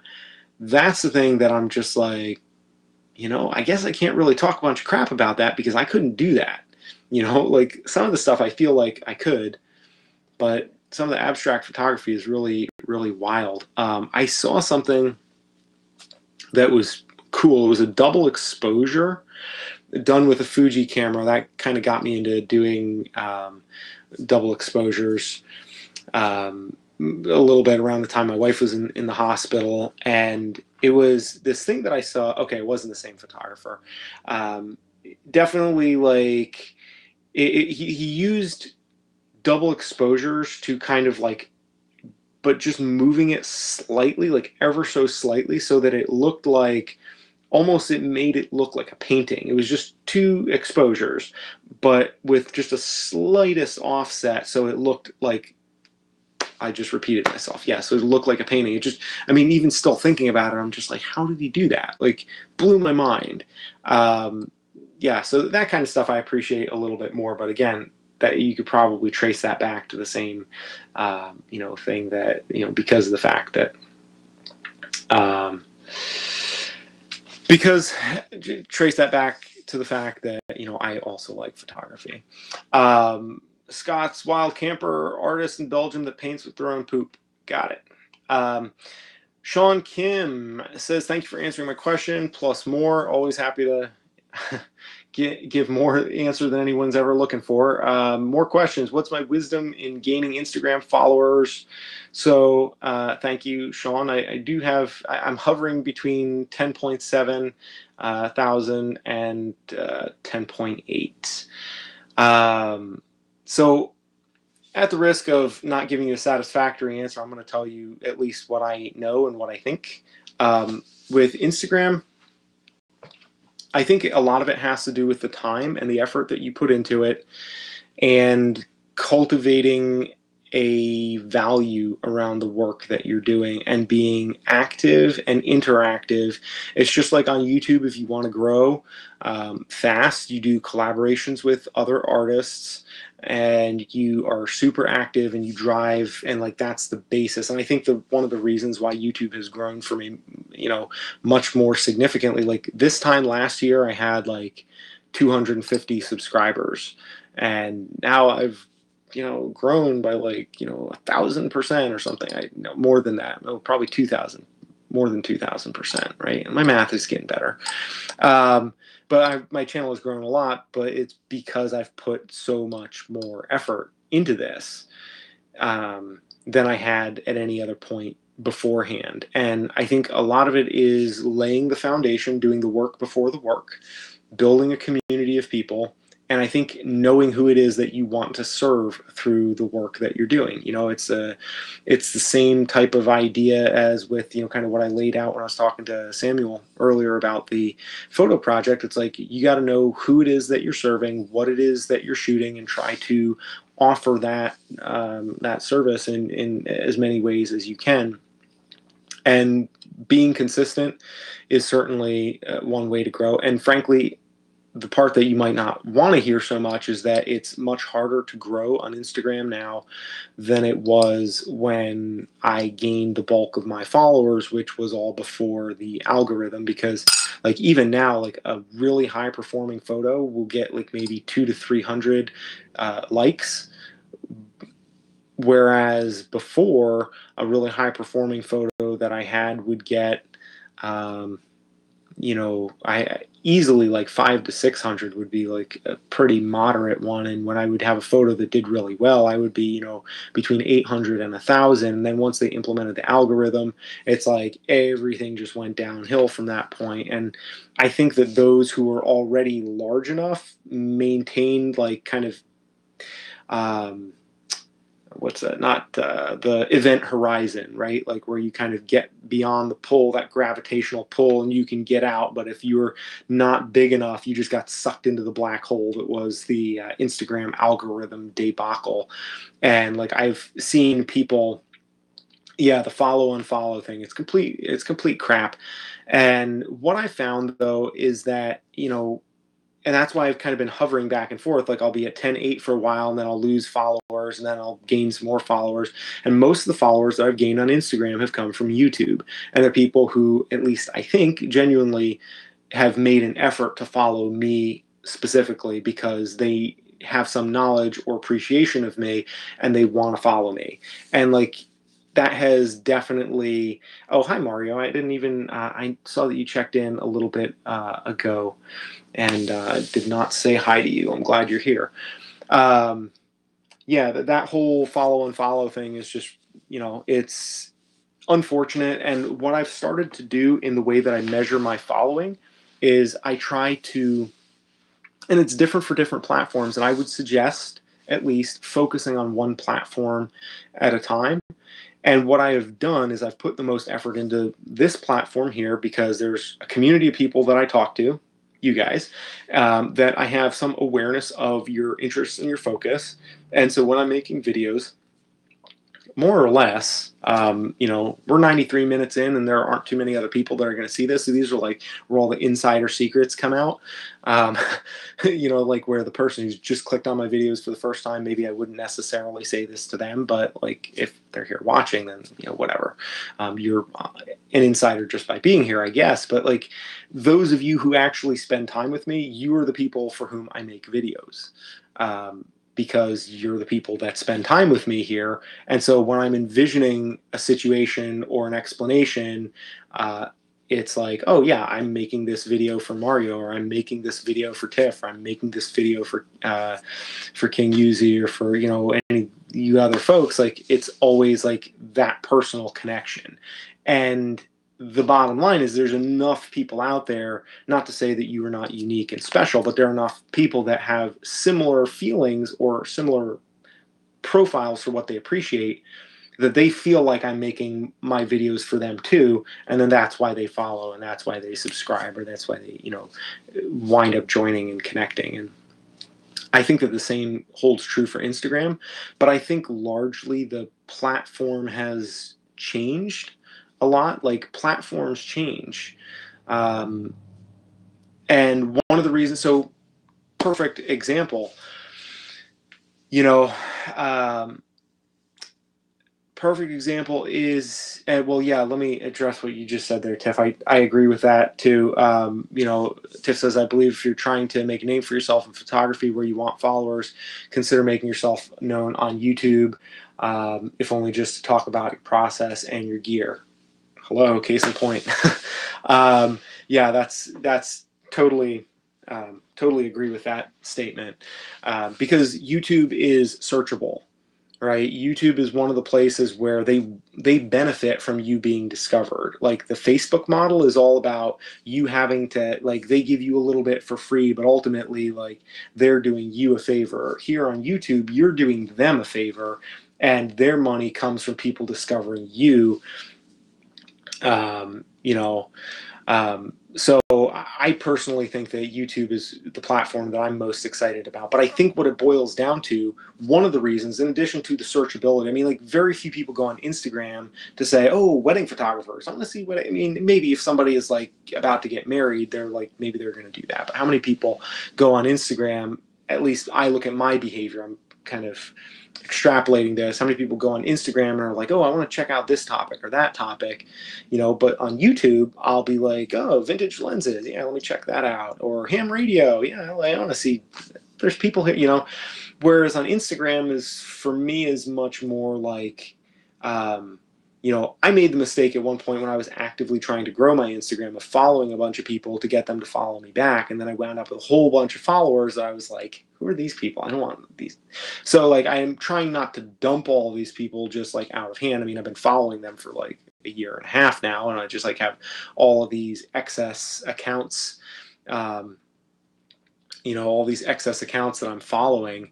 But what I try to do is I try to give them a chance at least and say, okay, it was my fault for not being discriminating enough in my following, but now we're here and we've been here for a while, so I will unfollow with very little provocation unless it's somebody that I really know or have a relationship with. And it's been good. I've, you know, cut back a lot, but you know, but yeah, I think that ultimately it has to do with the way people behave on a platform. So if you think about the way that you behave on Instagram versus the way you behave on YouTube. For frame of reference, Sean, you've been here listening to me and asking me questions and interacting with me and building a relationship with me for the last like hour and change. Whereas on Instagram, if you double tap and take 10 seconds to write a comment, that would be the most I could possibly get from you, maybe an extra like 3 seconds. Like Instagram and Snapchat, I know Chase Jarvis, they look, oh, we're dropping value bombs on people. And that's another thing. I gotta say, I have a gripe I have to put out there into the world. Like I do vent and I rant sometimes, and I'm about to, so buckle up. people that talk about like creating value and like just value pack, like if you listen to any podcasts, like there's a couple of podcasts I listen to with people that like they do have legitimately good stuff, but they're always like, yeah, there's just so much value, we're going to bring you value. It's like I just want to have like electroshock mechanism hooked up to people every time they say like where they self-proclaim value. I just want to like just like electrocute them because it just drives me insane. It just irritates me. That's kind of a pet peeve that I have. So I try not to claim that I'm providing value because I'm not providing value. I'm just a guy in my bedroom talking about cameras. Like if you find that valuable, then great, that makes me happy. But if you don't, well, whatever. Like but anyways, my point being though that if you look at the way people interact with content on different platforms, guys like, yeah, exactly, motivational speaker. Thank you. I'm glad I'm not the only. I didn't want to say that because I felt like I don't want to be a hater, but yeah, he definitely seems motivational speaker type of thing, which just drives me. I can't even with that. It's like a buzzword. It's like this Pavlov's bell that gets all the like entrepreneurial dreamers to think like, oh yeah, I can make it too. I can be the next big thing. They're going to give me value. Yeah, give me value. And it's like, oh yeah, I have the value. It's the same thing that every single other person who's good at what they do has said. And it doesn't mean anything unless I actually go out there and suffer through being unpopular and unsuccessful for a long time. And then maybe I'll make it, and then maybe I'll fail because there's a lot of people that fail, and that's okay too. But like, you don't have a lot of people selling books and webinars and seminars and courses by saying, "Hey, look, you might not make it." That's okay. But anyways, my point is, like, how I got off on all this, is that Chase is very big on Snapchat. I hate Snapchat. And I hate Snapchat partly because it's just so ugly. It's like, it's grotesque. It's like, at least Instagram gives you the opportunity to really, it's a platform that has some basis in legitimate artistic stuff. Snapchat is just like, how can we pull down our pants and just take a dump on anything even remotely attempting to be like creative and artistic, and just like, I have a problem with Snapchat. But the bottom line though is that with all of those platforms, the interaction is so small and so bite-sized, and the mentality of the person that's on that platform is very different. And so if you think about what way is really going to allow you to connect to people more, in other words, so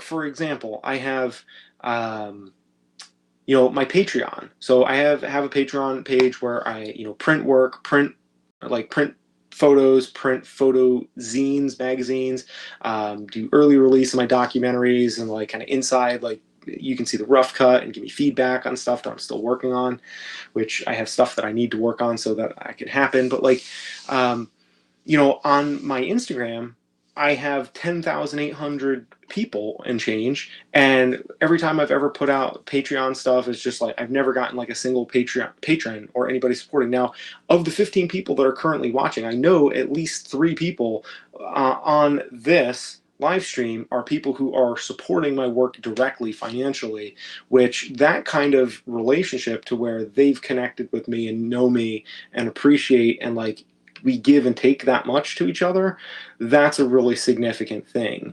And that to me is worth way more than having 10,800 followers that, can't really be bothered to even know very much. Like, so I guess the way I look at it is you want to set up your social media presence in a structure so that you're putting the most emphasis on the highest connection that you can have with people. I almost said highest value, but I stopped myself because I didn't want to be a raging hypocrite.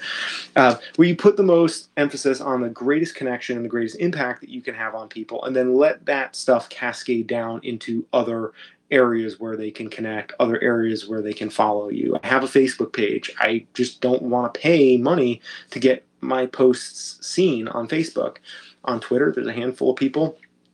And for the record, the photo challenge that I am going to post the video for on Tuesday, it's going to be done on Twitter.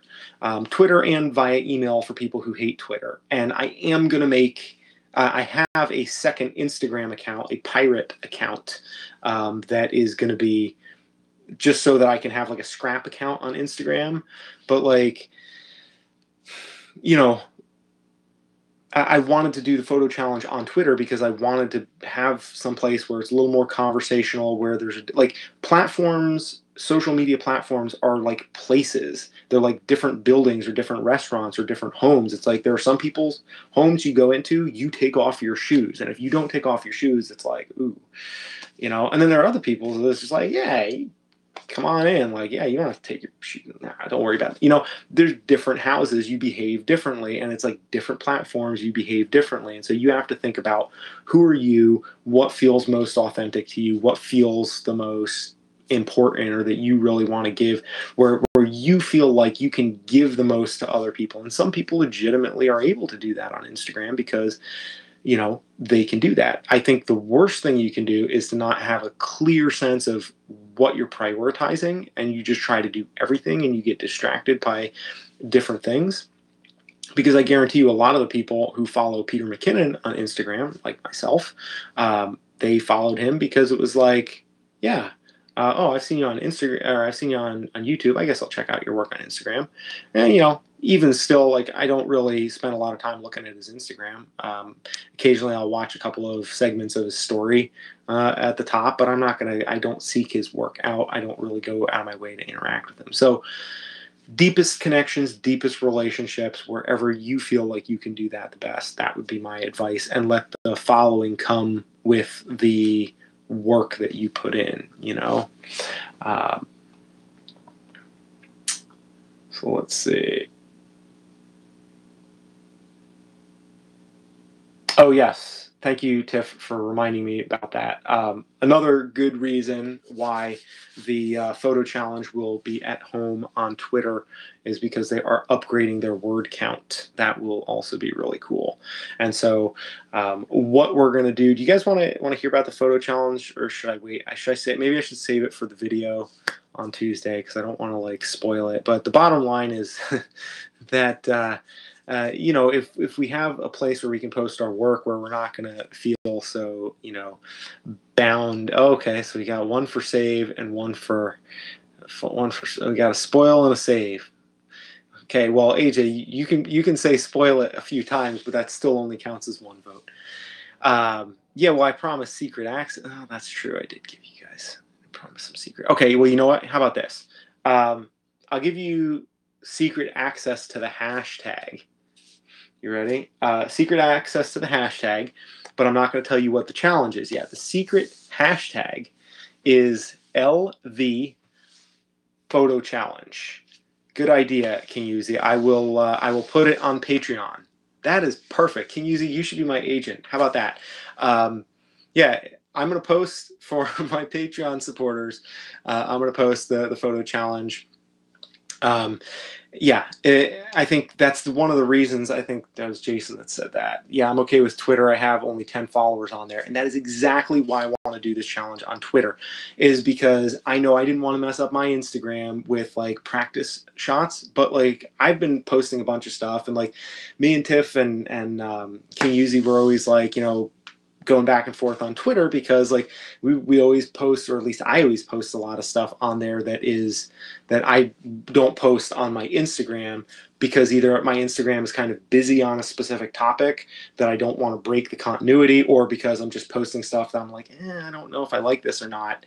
And Twitter is a good place to see where the sausage gets made. And I know we got in trouble with trolls for saying that last week, but and I am going to make a pirate Instagram, or I have that pirate Instagram account, so that we have, if it does go to Instagram eventually and I have to kind of do that, then I have that option. But I would prefer to do it on Twitter for now. So, Sean, if you don't have a Twitter, or anybody else who's watching, please don't let that stop you.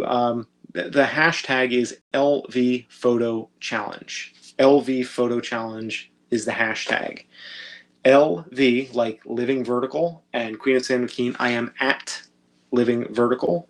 I'm at Living Vertical anywhere. So anywhere you're going to find me will be always at Living Vertical.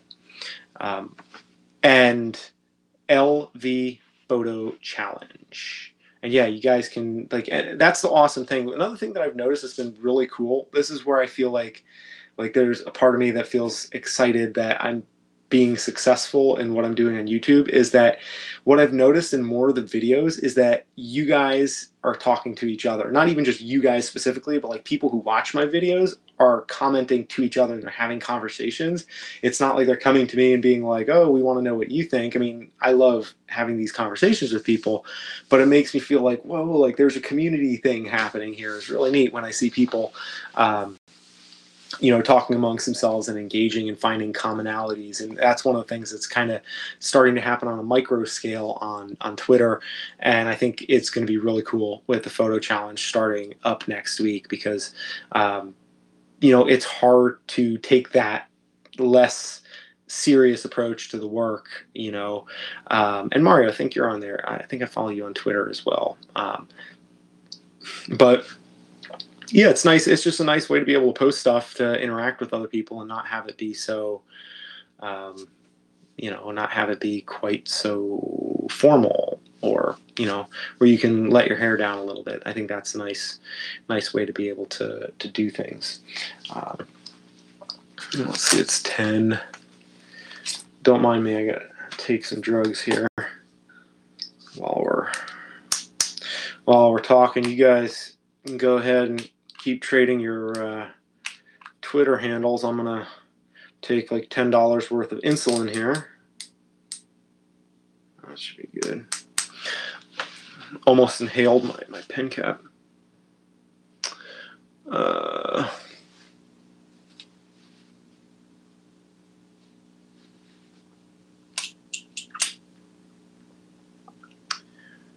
Yes, Scott, or Eddie, sorry. You can post video on Twitter.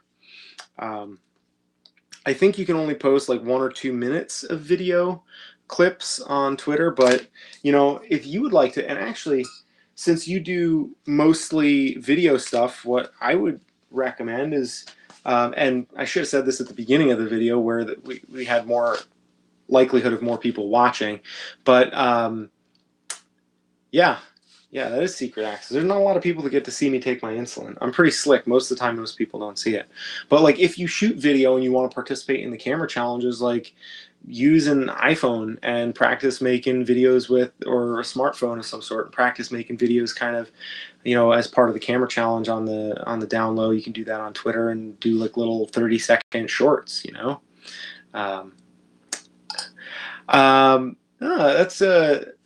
That's a good question. I don't know if I could ask Martin. I could see about getting him to participate. I will tell him that he has officially been requested. I don't know that Martin has a Twitter handle, but I bet I might be able to persuade him if I tell him there are people that, it's funny because like he only fairly recently got on Instagram. I mean, he's got like tons and tons of photos, and like it was about a year or two ago that he got on Twitter. And like sometimes he posts a bunch, sometimes he doesn't. He posts more photos on Facebook than he does on Twitter. So after the video, he's like, oh man, I gotta,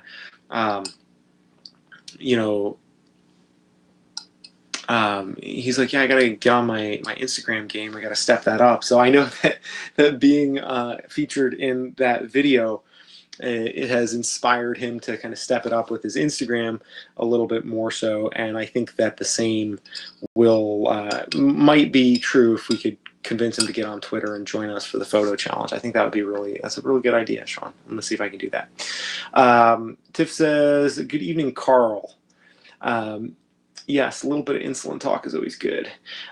Tiff says, if you follow me, tweet me and say hi. Also add Living Vertical to the tweet because of media, film, journalism people. I know I do get a lot of followers at times. Yes, and I do pick up, since we've started chatting on Twitter, I've definitely picked up more followers. I don't know if that's thanks to you or not, but I will choose to attribute it to you, so thank you. Yeah, Sean, I will definitely pass that message along to Martin. And the other thing is, too, I have 2 more videos to do with from my time up in Canada with Martin, and one of the next videos from that shoot, it's not going to be sequentially.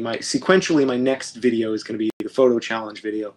Then I have one after that about manual focus lenses and vintage glass and why everybody needs to be shooting vintage glass, because I just think it's the greatest thing. I'm totally stoked on vintage lenses. I made the mistake of like looking at Minolta lenses, and now, yeah, whatever.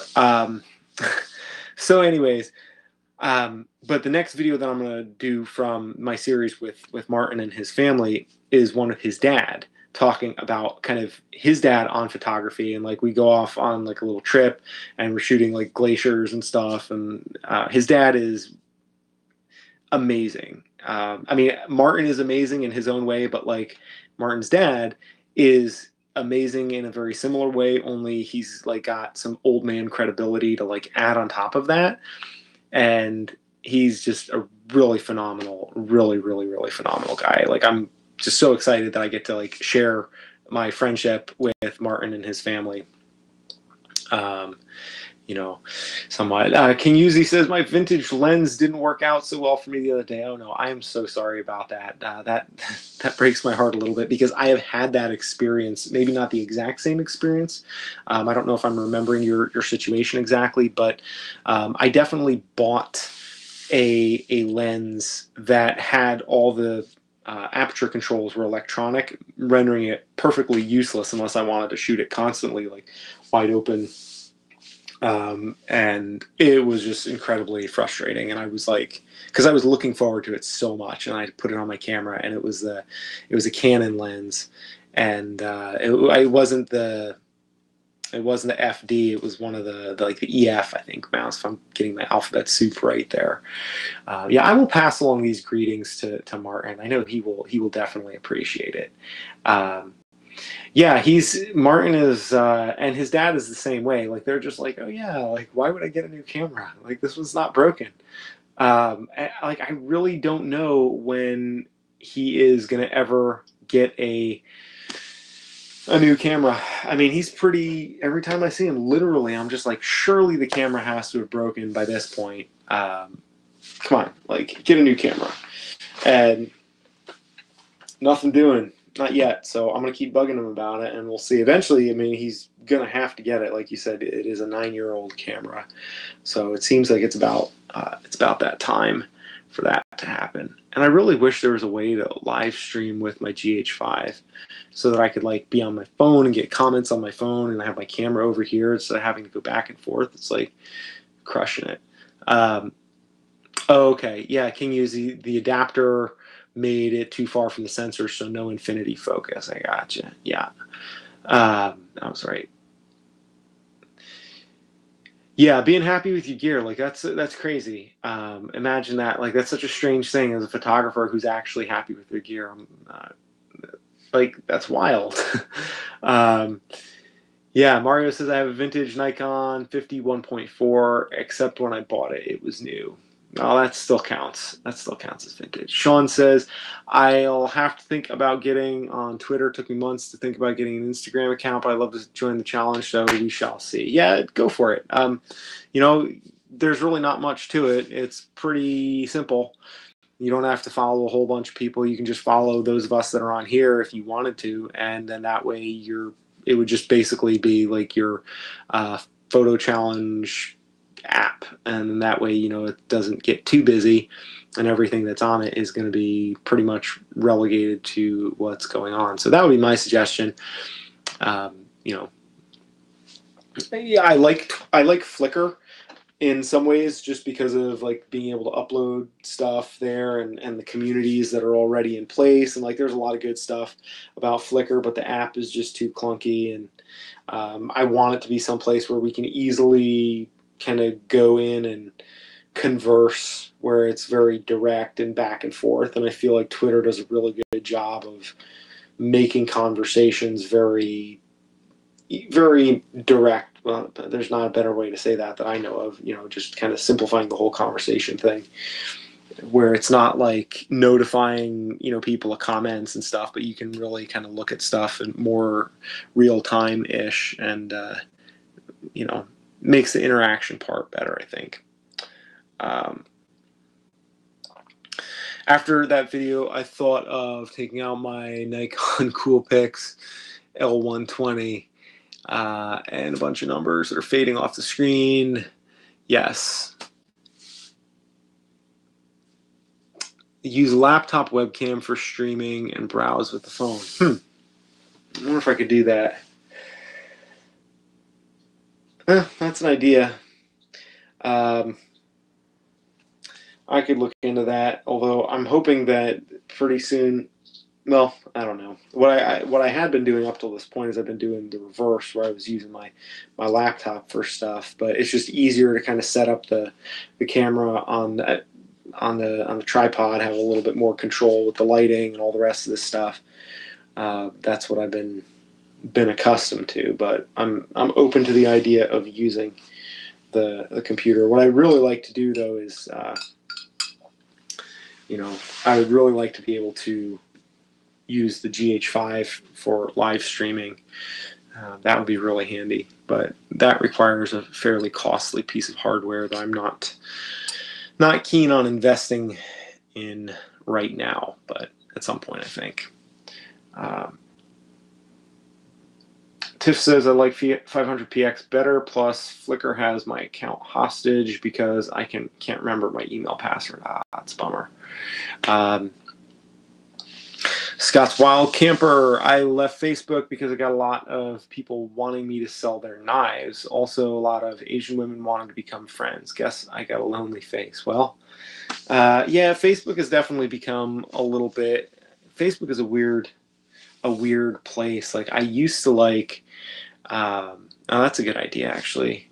Can use it. I could buy a $30 tablet, cheap secondhand phone. Very, very good idea. Very good idea.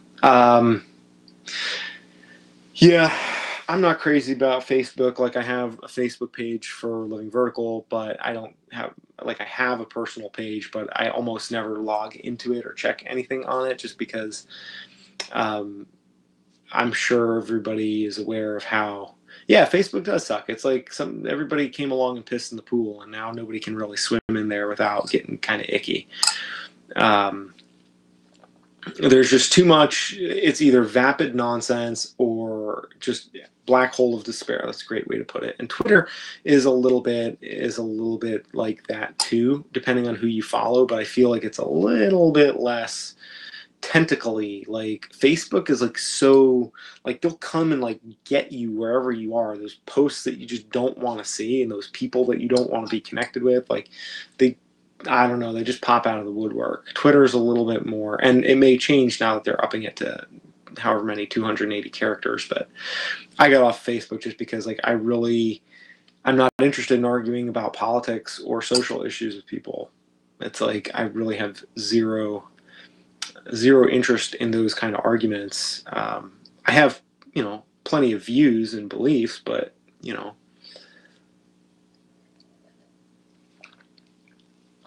it's just interesting to me how people are so, people are very offended by other people disagreeing with them. It's just like, since when is that such a bad thing? Why can't we just be like, yeah, well, I think this and you think that, and okay. To me, it seems very straightforward. Like, if you seriously think about it, and I'm not saying this as like a weird idealist, but like, just like from a practical standpoint, if everybody got off of social media, like, when I say get off of social media, I don't mean that like we go back to 1800 and we don't have technology, but I mean that if like people only use technology for reasonably worthwhile. So that's like, we would maybe draw the line at cat videos, okay? But like, we didn't have people who were literally sitting and festering in like anger and self-righteous hatred, etc., and just like spending hours of their day pouring like vitriol into other people's lives, but just used their time on social media for something at least up to the point of cat video viewing, productive up to that point. And then just like, we took all of that time and effort and brain power, such as it is, and like applied it to actually trying to do things like be more healthy, like go outside, like read some decent books, like just, living and being normal people, like maybe growing some food, maybe going fishing. I would say going hunting, but maybe not everybody doesn't like hunting. I don't really love hunting, but I like fishing. Fishing is nice. You can throw the fish back if you want to be if you want to be vegan or like nice to animals or whatever. I'm not a big cruel. I don't like being cruel to animals. Like I don't usually keep fish, but that's just because I'm just kind of lazy. I don't want to clean the fish. But like people, yeah, same exactly. Facebook is like more and more people are checking out because there's just nothing there that's worthwhile. It's just turned into a junk show. And Twitter kind of gets to be that way too, because Twitter is one of the it's very easy for people to be smug and snide and sarcastic. Like it's really easy. Like that's what everybody does. It doesn't matter what they believe. Maybe not everybody, but like of the people that I follow on Twitter, there's like I was telling Tiff yesterday, like she's like one of 3 people that I interact with on Twitter who is not just like making sarcastic remarks about stuff and just being like, oh, well, there's this, so I'm just going to leave this here. And like, just like talking out of their butt like that and just being like really, it's like if you want to have a conversation with somebody, be like, okay, like here's what I think. But like have a serious conversation and like give the person a chance to respond. And nobody does that. Like almost nobody, except for like Tiff and like 2 other people I follow on Twitter. And it's just like, I don't know. But that's why I'm not on Facebook. And I'm on Twitter because Tiff and like 2 other people that I follow on Twitter that are nice to interact with and like, King Yuzi, you're good people. But I haven't really interacted with too many other people on Twitter. A lot of it is just kind of seeing what everybody's going on with. Oh boy, you got into an argument on Facebook with a vegan who said bees are being abused by keeping them in hives. Oh man.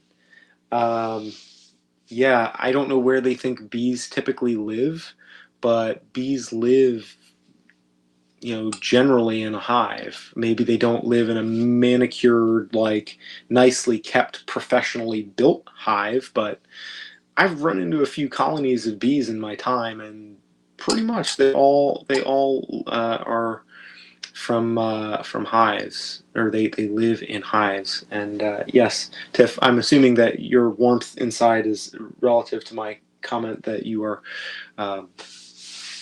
slightly more than 30%, 33% of my reason for being on Twitter, and I legitimately mean that. It's like I have very few interactions with people on Twitter or anywhere on social media, really.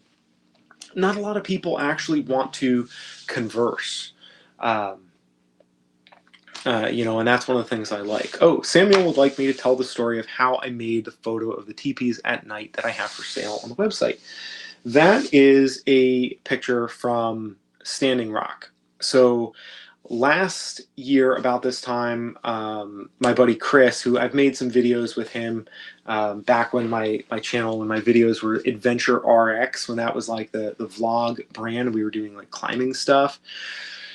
And we've done a whole bunch of stuff, and he's like, we both became dads at about the same time, and we lived together a bunch and climbed together. He's a former Marine, but the most liberal. I mean, like he's liberal beyond like socially liberal. Like he is the most liberal, almost to the point where he's like, you go so far around to the left that you come back again to the right. And I'm not really right. I'm kind of like libertarian, like slightly right center libertarian if I were going to be put in a box, but there's too many hyphens in there for me to really apply that label to myself. But we get along really well, even though we tend to see a lot of issues very differently. And so I had just bought the Fuji X-T2 in part because I wanted to go out. I saw some of the videos on Twitter from the Standing Rock protest out there, and I was like, I was legitimately curious, and I was also legitimately bored. And I said to myself, like, I want to see what's going on out here. I want to see if these really are just a bunch of like, at that point there wasn't Antifa wasn't a thing. It was like Occupy Wall Street was the fill in the blank that was like the go-to disillusioned millennial who wanted to protest stuff or whatever. And I was like, I want to see if this is a bunch of like, millennials and just people with nothing better to do, like trying to make trouble, or which is what like most of the people on the right were saying, or whether these are people who were legitimately like, being abused by law enforcement, et cetera, which is what most of the people kind of on the left leaning side of things were saying. And like the videos and the photos looked fairly convincing. And I was like, there's nothing else that I have to do. Why shouldn't I go out there? So I was like, I want to buy a new camera. This is a good excuse. I'm going to be a photojournalist. Yeah, I'm going to go out there and be a photojournalist. Let me get this camera. Let me go out there. So that's what I did. And I had done some documentary projects in the past that were not necessarily in the politically charged environment. And that's another point, just to interject briefly in reference, Samuel, to what you asked earlier about, prepping for a project. The more personal a project is to you, the more straightforward and the more connection you already have built in. So a lot of the documentary projects that I have done in the past and what I am currently working on were things that were related to people who had diabetes. And so that was automatically a point of connection. And when I went into the Standing Rock thing, it was very, very different for me because I didn't have that point of connection. And not only did I not have that point of connection, being like, not local, because I was from the East Coast and I just like flew in, being a white guy and being like a white guy with a camera who's like, hey guys, I want to help. I'm curious what's going on. It was just like, it like put me back many levels of connectivity with the folks who were there. And as it turned out, it was very interesting, very eye-opening, because what I found is that, like, I believe with most social movements, there were some people there who were very, very sincere and were, not represented, not being heard or understood by anybody. And it was very interesting because, like, the native peoples who were really at the center of the protest, they were very peaceful, very well thought out, very like thoughtful. I don't think that their strategy was very I think there are some gaps in the strategy given like the attitude of the law enforcement that they were dealing with. And the law enforcement was definitely, on one hand, like, I get it, because like, if you have an encampment of like 10,000 people, I mean, it was like 10,000 people when we got there, and then it kind of diminished to like maybe 8,000, and on the weekends more people would come in, but it was like between 6 and 10,000 people, on one side of the river. And then there's like a group of law enforcement that are, sitting on the other side of the river behind barbed wire and barricades, and like with vehicles that look would not look out of place in a military context. It was like military conscriptions being used against civilians, basically. And so there's one standpoint where it's like, okay, they would naturally need to have a tactical advantage against, so many people, because they can't have a man-to-man type of thing. And like, yeah, when you have 10,000 people, things can get weird, because you can't always guarantee who's infiltrating and coming in and out. And there was some weird stuff that I saw there too, where it's like the people who were actually the group of people who were the core of the protests, which were the handful of the tribes, they were staying there, like, and they stayed there all through the winter time. And they were like, come hell or high water. I mean, they were 100% committed. And, that was something that I felt like even the people who didn't agree, because personally, I didn't agree with their position about oil. I agreed with their position that the pipeline shouldn't be put through their land and that they shouldn't be disrespected that way. But their thing was like, not only should it not be put through our land, like, you just shouldn't have a pipeline with oil, because keep the oil in the ground. And I'm like, look, I don't agree with that. But I totally was able to respect like the natives and the methodology that they, the paths that they were going through was very sincere, and they weren't trying to make trouble. They deserved much better treatment than what they got. at the Dakota Access Pipeline situation. But part of the reason why they got the big stick from the law enforcement was because there were all these people that came in and co-opted their protest and basically were like, oh yeah, we're here, we're allies, we're here to help you, and we're going to go over there and we're going to throw shit at the cops and we're going to like start trouble with them. And then of course the cops, they're not looking for a nuance like, oh hey, well let me understand where you're coming from. They're just like water cannons, pepper spray, like there's a whole bunch of people and they're coming at us, like we got to do something. We're shoot first and ask questions later. And it's honestly, it is a miracle that people were not killed. Miracle that people were not killed, honestly. Because the law enforcement there were some of them that were, that definitely appeared to be people who were very comfortable having power over other people, and that they did not think much of the people that they were interacting with. It wasn't like, the official position when we went into the town and we bothered the chief of police, like we went off campus, literally off the reservation, and we're like, look, what's going on here? We want to, started pointing some cameras at them. Speaking of people getting uncomfortable when you point cameras, and their whole thing was like, oh, we're just trying to protect all these people. And I was like, fair enough. Because if one of those kids, who comes out, I mean, there were kids that were like, oh, we want to be part of the cause, we want to stick it to the man. And they would drive from, DC or Baltimore out there with like 5 of these frail little vegans in a vehicle. And they would like pile out wearing like thin bamboo sweatpants, like organic fair trade sweatpants. And it was like 20 degrees with the wind blowing through your crack. Like that was like, one of those people keels over and dies, like who's gonna, somebody's gonna have to answer for that, and somebody's gonna have to call emergency response services. Somebody's gonna call law enforcement, be like, hey guys, can you just come over the barricade for a second, because this guy's dead and we need, they need help. So it's like I saw that law enforcement had a point, right? But at the same time, my experience within the camp was that there was definitely a core group of people who were 100% sincere, 100% peaceful, very convicted. I didn't agree with them about everything that they were doing, but they were respectable people. Even though I disagreed with them, I was like, this is what everybody should be aiming for. Like, when you're going to have a protest, do it like these people. Like, these people are doing a good job. Like, they pick there were 10,000 people there. 10,000 people camped on a plain.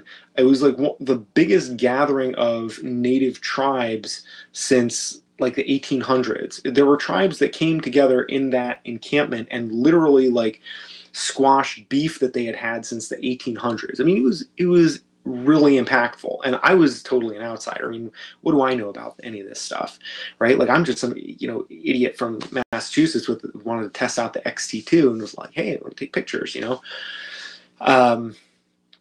but for a lot of people, they were like, it was a big family gathering in a lot of ways, and the place for 10,000 people, that place was clean.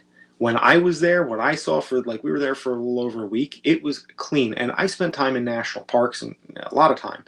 And my buddy Chris, he's a park ranger. He spent a lot of time in national parks. And he's like, dude, there's no national park that is this clean, even with like paid staff going around cleaning everything up. And everything was kind of chaotic. It was organized chaos. Like, they would just be like, oh, we need somebody to go chop wood. And then people would pile out of their van and they'd go chop wood, and like, oh, we need somebody with medical training, and people were kind of coordinated or dispatched to the areas where they could help.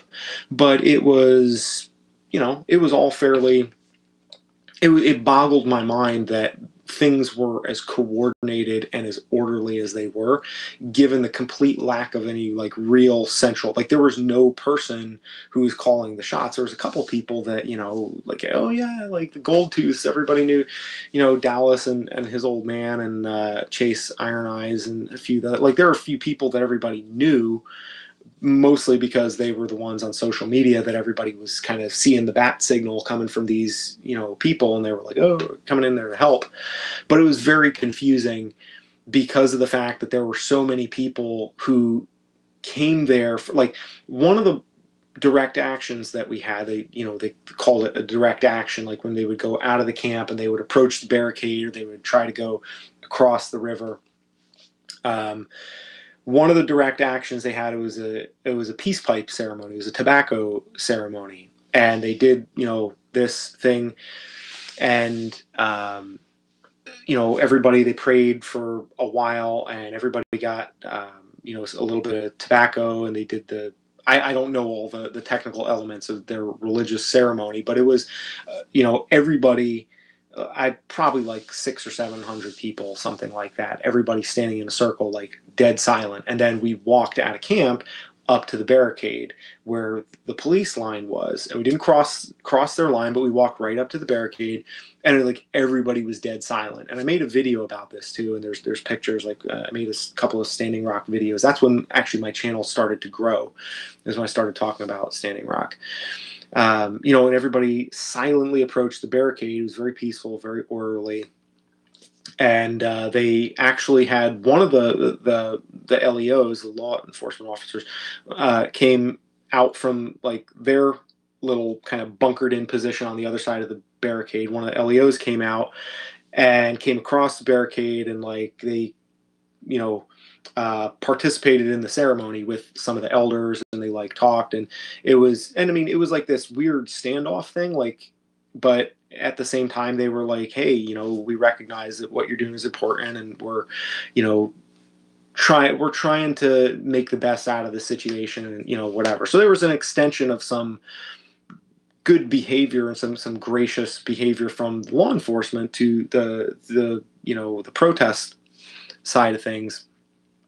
And coming back into camp after this whole thing, I overheard like a handful, and in multiple occasions, and it wasn't any of the actual tribal factions. It was all like the kids that came out from Berkeley and the kids that came out from this school and that school. Is all like young, mostly affluent white kids who just wanted to they wanted to tear some shit up, and they were like, man, I can't believe they were bummed out because there was no clashes with law enforcement. Like here they had a peaceful meeting where somebody from law enforcement actually came and participated in their ceremony and was like, okay, how can we make this better? Like, let's talk, like, okay, this is bridge building. And they were bummed out about that. They legitimately didn't want to see that. They wanted people getting their head kicked in so that they could like react and antagonize, and they wanted it to be a problem.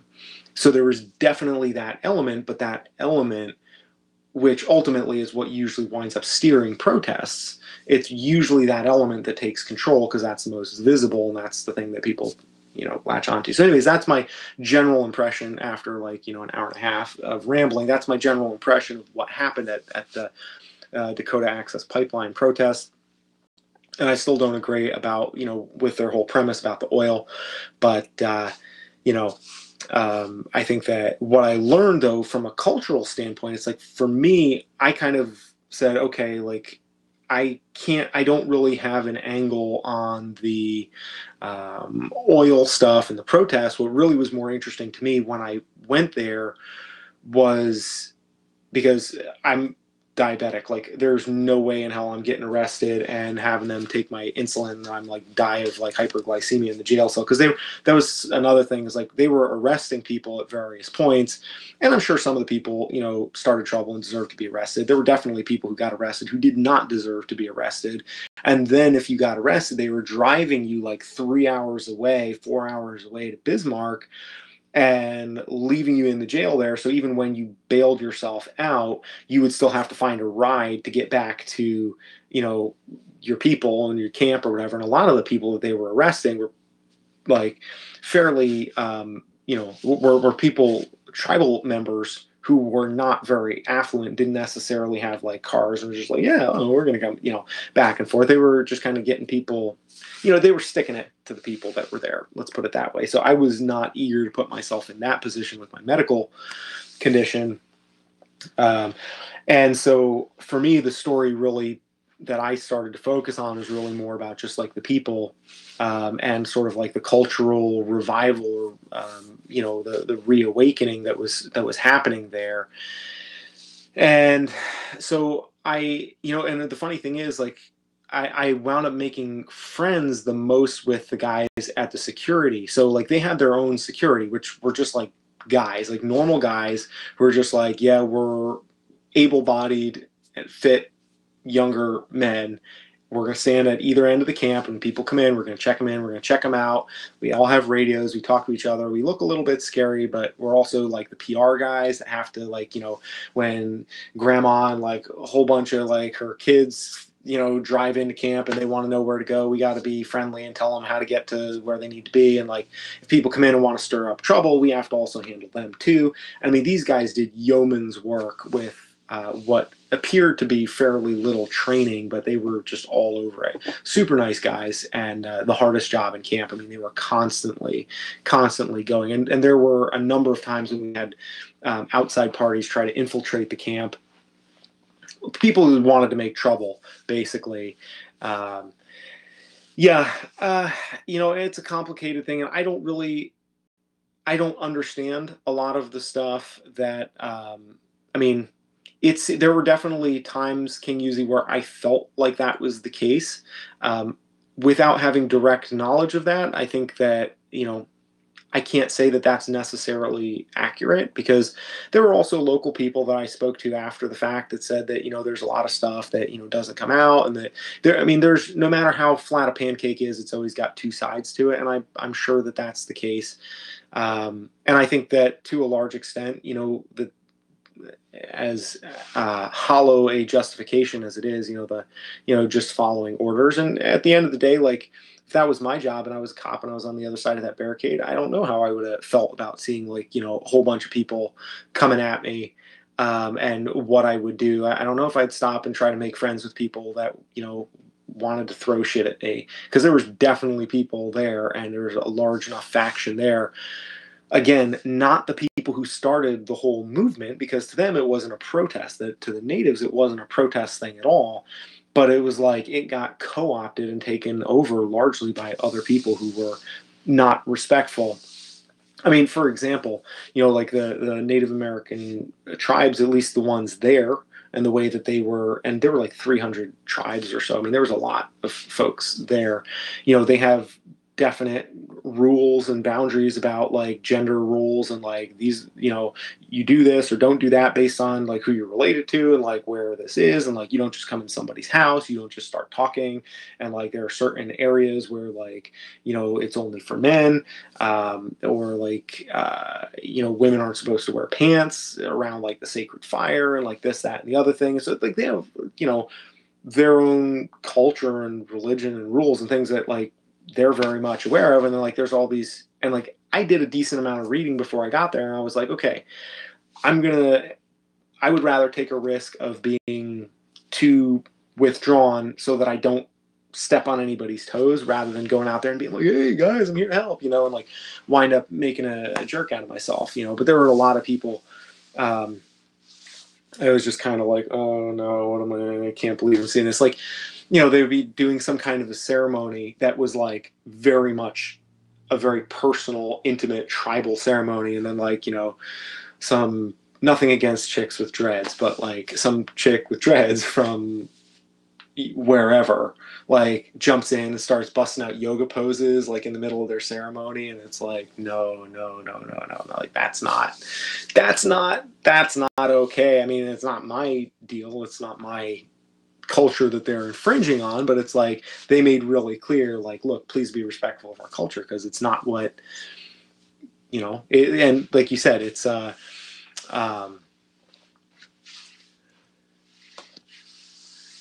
it is culture shock. That's very true. And yeah, the Dakota Access Pipeline. I mean, to be fair, it's not something that I understand all of the technical whatnots. I mean, there's a lot of bits and pieces to that whole story that, I did not have the time to study out thoroughly, because my point was not to be, yeah.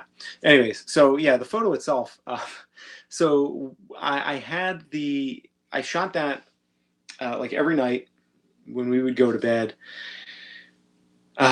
me and Chris were sleeping in his van, so we like turn on the van for a little bit, get it like really warm, crank up the heat to the point that we were like sweating, and then we like jump in our sleeping bags and like zip everything up. And so it was starting to get really cold, so I wasn't super stoked on spending a lot of time outside, but I had the XT2 and I had the 56, and I hadn't shot a bunch with the 56 because of the fact that um, you know, I wasn't getting the kind of portraits that I wanted to do as much because, to shoot with the 56, I felt like I needed to have more shots where I was a little bit, I don't know, like for kind of shooting from the hip, I always feel like I can do better with a 35 or a 24. But like when I have a more telephoto lens, it just changes the way I shoot. But it was nice and fast, and I, obviously because it's a 1.2 lens, so yeah, it's like a 90 or like an 85, 87, something like that. Um, so I had that on my camera, and I was just kind of monkeying around doing some low light testing, and we were getting ready because they had this one hill called Facebook Hill, because the whole encampment was down next to the river, like on a floodplain, and then the one place where it kind of bumped up a little bit is called Facebook Hill, and everybody would come and like sit out on the hill and like tweet and Facebook, and because it's the only place in camp that really had service. So it was like the central gathering point in the camp. And so I had been up there kind of doing some low light testing, taking some pictures of Chris while he was smoking a cigarette. Then we went back down to the van, and the TPs and the stars. I really liked the way the three TPs there were together, and the glow with the campfire that was like in the middle. That I just wanted to see what would happen. So basically, just put it down on a little Gorilla Pod, and I think it was I stopped it down a little bit, and I left kind of a longer exposure, somewhere probably in the neighborhood of like 10 to 15 seconds. And yeah, that was it. But it was a 56 1.2, and it was nice because I hadn't really thought much to use telephoto lenses for landscape-ish or like wider shots, but I really liked the sort of the compression that I got using a longer lens. And so that was kind of an aha moment for me, where because of the fact that it was, sharp and it was fast, it really helped me capture that in a different way than like what I would have been able, like it was kind of something that I'd seen and that I saw in my head, but I wasn't sure how to translate that using the other lenses, because one of the things that made it challenging to shoot there is there was a lot of people. And so like I was trying to get that shot, but also like squeeze out like, the college students from Minnesota that were like in their Subaru that were parked like 5 feet away. Like trying to kind of balance all of that stuff out was the hard part. So the telephoto lens was nice because it allowed me to kind of like go right past that, whereas a wider lens would have put more of that stuff in the frame, and I would have had to walk closer. So it was nice because it gave me a little compression. It changed the perspective. It was fast enough, and it really got it got the flames in there where you can see the glow. There's a couple others that are not on. I don't think that I have for sale on the print site, but that I have it on my website. But the one where like the guy is sitting around the fire, and there's like a little hut slash there's like a teepee, and then there's like a little hut, and the guys at the hut are at the fire. That's like one of the security stations. And those are the guys that I wound up making friends with, as I was saying before. And those guys actually, because they were like the kind of the PR face of like everybody that comes and goes in camp, it was a good opportunity they were the easiest people to talk to, because a lot of the other people, they had been there for months and they were going to be there for months, and they were just like people living there. So it's kind of like going to any other sort of a camp or campground and just being like, hey, can I like talk to you, like take a picture, and like that would be kind of weird. So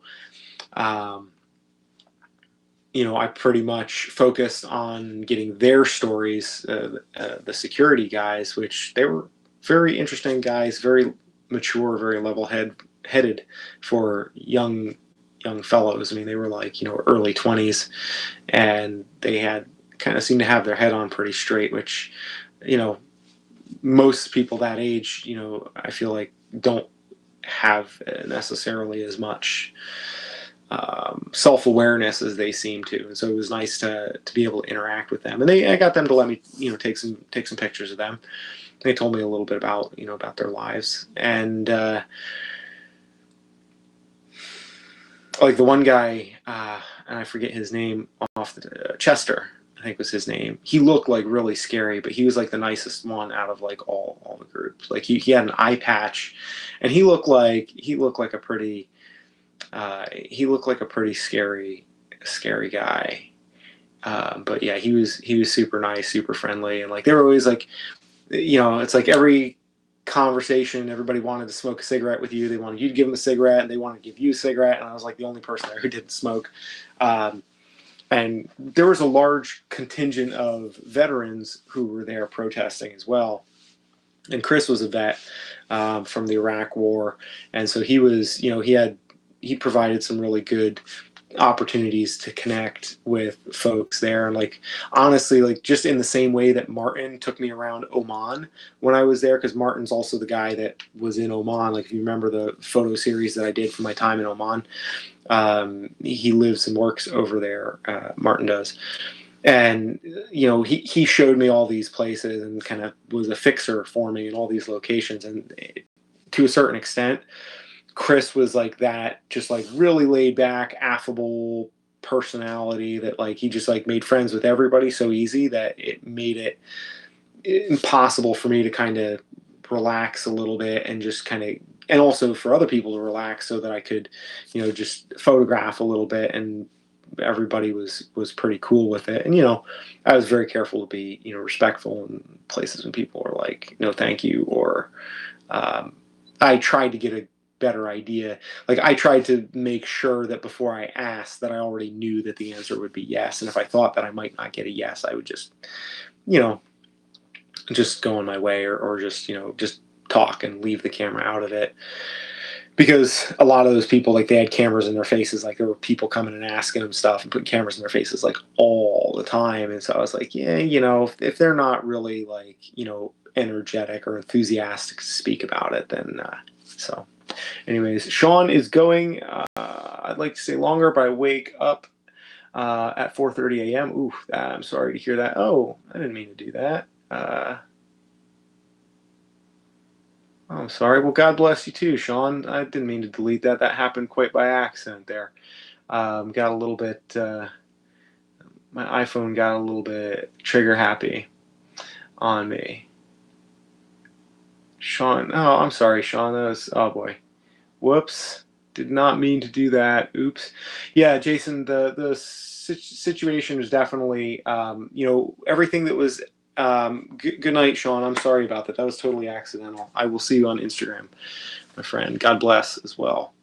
The story that was put forth on the news was some combination of like, a really left-leaning idealistic thing in some cases, like some outlets, like Outside Magazine had a bunch of stuff that was kind of that way. And then there was the very right-leaning, like, oh, these are just a bunch of, drunk Native Americans, like breaking stuff and making problems and trashing everything. And that definitely was not the case at all. And that was really the question that I had, is because this was right before the election. I was actually there on election day. And I think Bernie Sanders was there. He actually got arrested. I know Jill Stein was there. She got arrested. Hey, good on you, Eddie. I'm glad you're hanging around. Yeah, or the night is yet young. But there are a handful of people, and there were also some like celebrities, of course, that were there co-opting the thing, and they show up with their entourage and be all like, "Oh, we're here to like, the peasants, and add our, get a bunch of retweets." And so, I mean, it's hard to say. Like, who knows how sincere any people were. I just went there largely because I figured, if this is a legit thing, I would like to know that. It's like there's so many times when we see stuff on the news and we wonder, is this real or is this not? And so being able to go there and actually see something firsthand and say, you know what, I'm going to draw my own conclusions from this. You know, oh man, Norway checking in.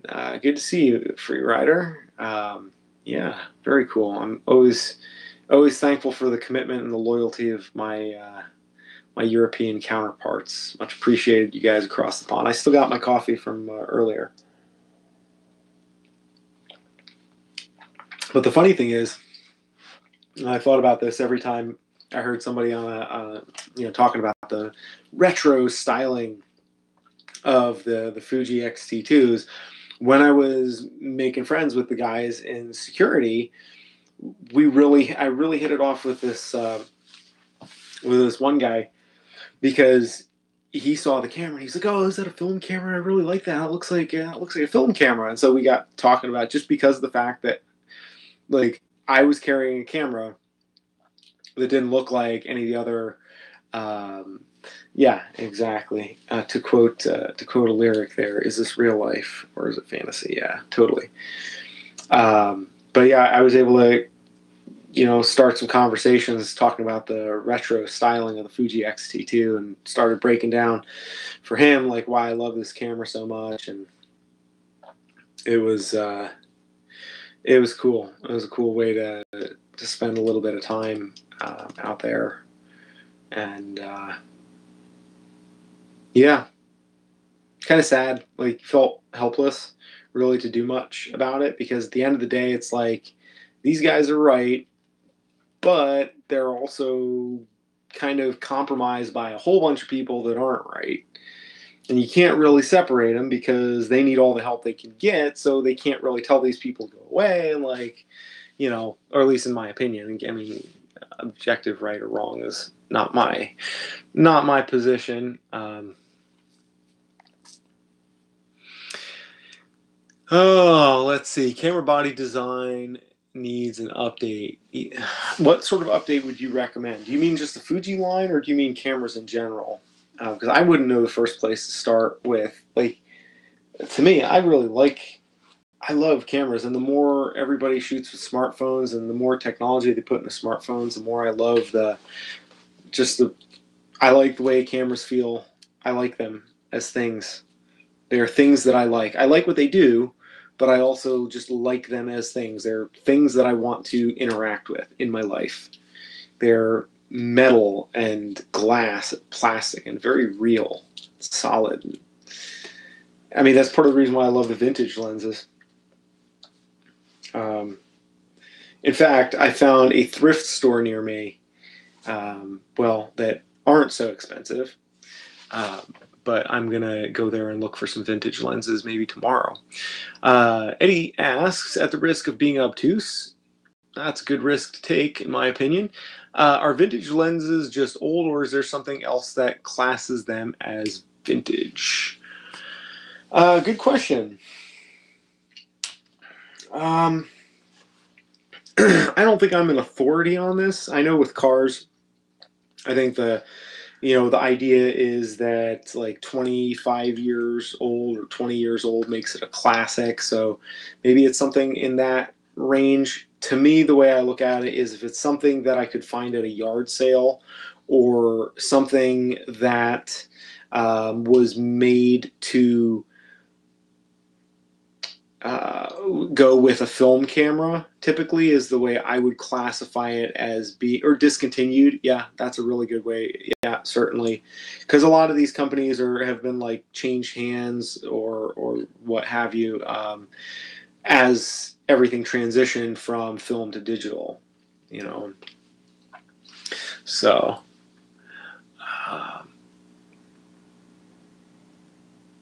That's what I would say, and I think discontinued. That's a really good way of looking at them. And the other thing that I would say too is, like, not all manual focus lenses are vintage, but all vintage lenses, I think, are manual focus. Although I know that there are some vintage I know there are some autofocusing capable lenses for film cameras, but I still kind of feel like I don't know whether I would call those vintage, even though they technically probably are, just because they're on the older side, and they meet some of the other criteria.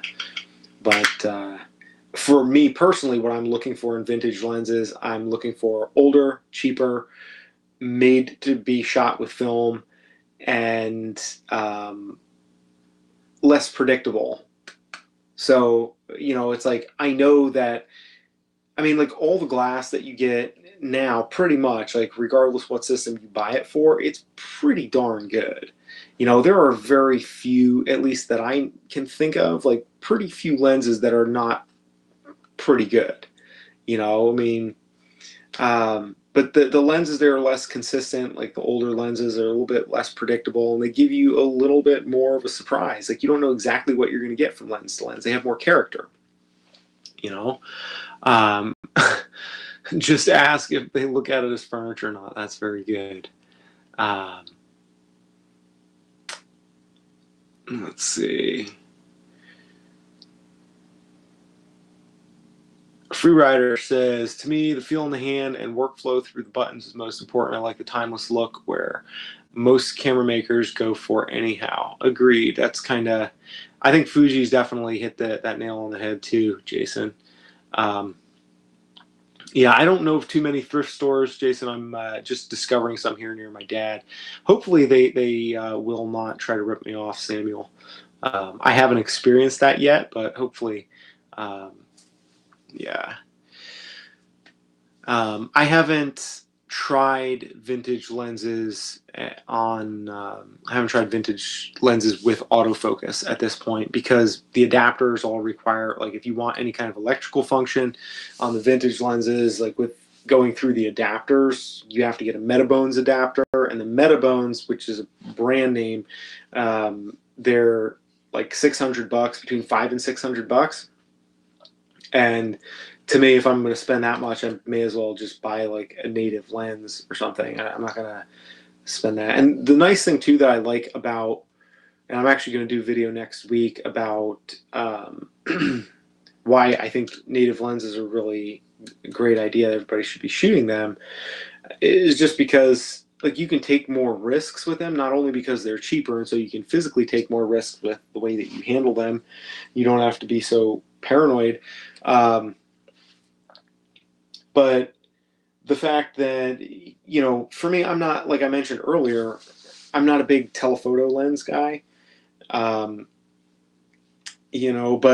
when I had the opportunity to buy the like 200 millimeter 5.6, which I posted a shot on Twitter last week that I was really happy with. It was a picture of the moon that I took with the GH5, because I knew the crop factor, or like the focal length on it, would be the longest. So it would give me the most reach, and really was, the more I use the GH5, the more I love it, because manual focusing on the GH5 is just bonkers. I didn't really use any manual focus lenses on the X-T2, so I can't compare like the newer Fuji cameras, but the X Pro 1, it has focus peaking technically, but not really good. Nowhere near what the Lumix has, and the GH5, the manual focus on that is just bananas. Really, really good.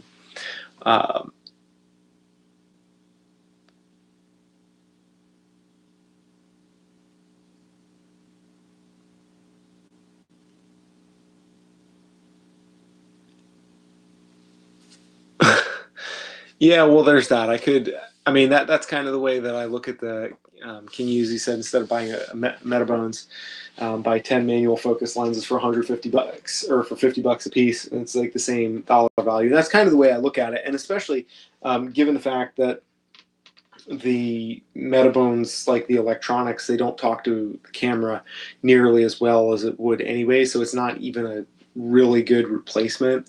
And for that reason, I feel like, just getting comfortable using manual focus to where you can, shoot most things with it, I think is really worthwhile. Plus, then you can always bring that lens selection with you. Because, like, for example, there are some electronic lenses that you can't swap across. Like, for example, I like my Panasonic 12 to 35 millimeter on the GH5, but I can't, because it's Micro Four Thirds, I can't swap that across to the Fuji X Pro 1, but the Pentax, what is this? Is it 24 millimeter 3.5? Like, I like this lens. I could shoot this on both. You know, I could shoot this on any camera that I want, on any mirrorless camera. I can adapt it, and yeah, the focal length will be, you know, impacted by the sensor size a little bit, but you know, if I get a set of lenses that are adaptable, all I have to do is buy a $10 adapter to change the camera that I'm using it on, and I don't have to buy any new lenses. I got a whole complete set of lenses that are very mobile, very portable from system to system. Whereas, you know, if the majority of your investment is, in other words, you can take risks and buy these lenses for cheaper and figure out if you really would want it. In other words, like the 200 millimeter 5.6 lens that I got, I wouldn't have spent, you know, $1,000 or $1,500 more realistically on that type of lens, because I don't know if I want to shoot with that focal length, but spend 45 bucks on a lens that's nearly as good, like with a little bit of editing. Hell yeah, like I'll do that. And now I have a telephoto lens that I can get really long shots on. I could play, and like if I get to the point where I'm shooting telephoto a whole bunch, I'm like, yeah, this is awesome. Like I need to do more with this. Then yeah, well then I can always upgrade and then put money into a lens that I know is going to be like a bread and butter lens for me, which is one of the reasons why like the 12 to 35 is a lens that I'm, you know, totally going to keep for the GH5, but everything else I'm building around it is vintage because, you know, I don't need to have the fastest and the best, you know, most technically best. It's when I can get good image quality with a little bit more deliberate effort through manual focus. And same thing with the Fuji system. Like the only native lens I have for this still is the 16 millimeter, and you know that's one that if you know that's a go-to lens, so I would definitely want to keep that one. But the rest, you know, just to be like, yeah, what could I do if I had a 300 millimeter lens? And it's like you look and you can find one, a $10 adapter and a, you know, a $70 lens with decent image quality, even if it's not like sharp as a tack from corner to corner.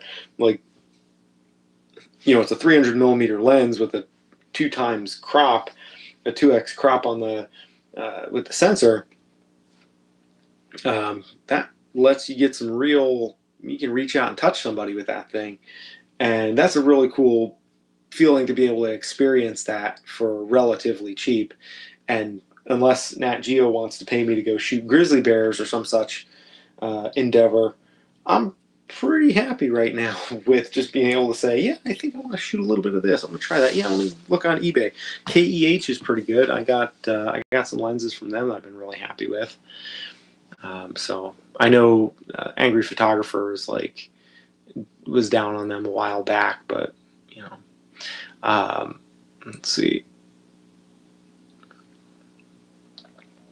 Yeah, where are we here? Yeah, the hipsters have driven up the prices on that, but at the same time, you know, we've got more people putting it on eBay instead of just leaving it in attics, which is, I guess, you know, sort of the trade-off too. Peter says, I found all I really need is 35 and 85. I know most photojournalists and event photographers got by with just 35 and 85 prime on 35 millimeter film. Yeah, the only thing where I like to have a wider field of view is with climbing photography, because like I think I've gone on about this at length in other live streams or videos, but like, you know, you're so close to the person that you need to really be able to get context in when you're very close and you can't move because you're both roped in. So I like the well, the 24 to 70, like the 24 millimeter field of view is really, really nice for climbing, and for outdoor photography in a lot of cases it's really, really useful. But for the majority of my shooting, though, I like 35 and 50 is what I really like. The 85 I like, but it's got to be, I haven't figured out yet how to effectively interpret anything other than people, and I mean, I'm not even a good portrait photographer. I'm not like, that's not like my thing. But I would say that that at least with an 85, and if I have a person, I'm like, okay, I can photograph this person. I'm just going to kind of put their head in the frame with a little bit of neck and maybe shoulder, and like, and then boom, that's what I want to do with the 85. But it's like the picture, Samuel, that you asked me about that I took with the 85, 87 or whatever equivalent on the Fuji system. One of the reasons why I wound up liking that so much is because it's very different for me, and I don't know if it's obviously that different to somebody looking at it, but to me it feels very different because I know that that was a very unusual use that I put that lens to for me, for the way that I typically shoot. That was very unusual for me to shoot that kind of thing, because usually it's just like, oh, I'm going to go up to a person, put them in their face, boom, that's the way that I shoot with this lens. And so that's definitely one of the challenges that we're going to be doing as part of the challenge, photo challenges in the coming weeks, is to use like longer lenses, wider lenses, stuff like that, just to get a little more comfortable. Because I think you see things, literally you see things differently. And Peter, like you mentioned, the human eye is somewhere between, what was that, 60 and 30 degrees, which is about 35 to 85 millimeters. That's why I guess 50 millimeter is like, Jason says, okay, well, let's go back a little bit here. The freerider, oh no, man, I gotta go back even further. Okay, yeah, Samuel's saying that adapting lenses has one issue on crop bodies. I have a Sigma lens for my 35 millimeter film camera. It's perfectly sharp, but when I adapt it to Micro Four Thirds, it gets soft AF. Interesting. Have you done post-processing on that lens? What I've found, and I don't know why this is exactly, but I've found that, in post, I definitely add a lot more sharpening with some of the images that I take, and specifically, I tend to, and I don't know whether it's just because this may not be this may not be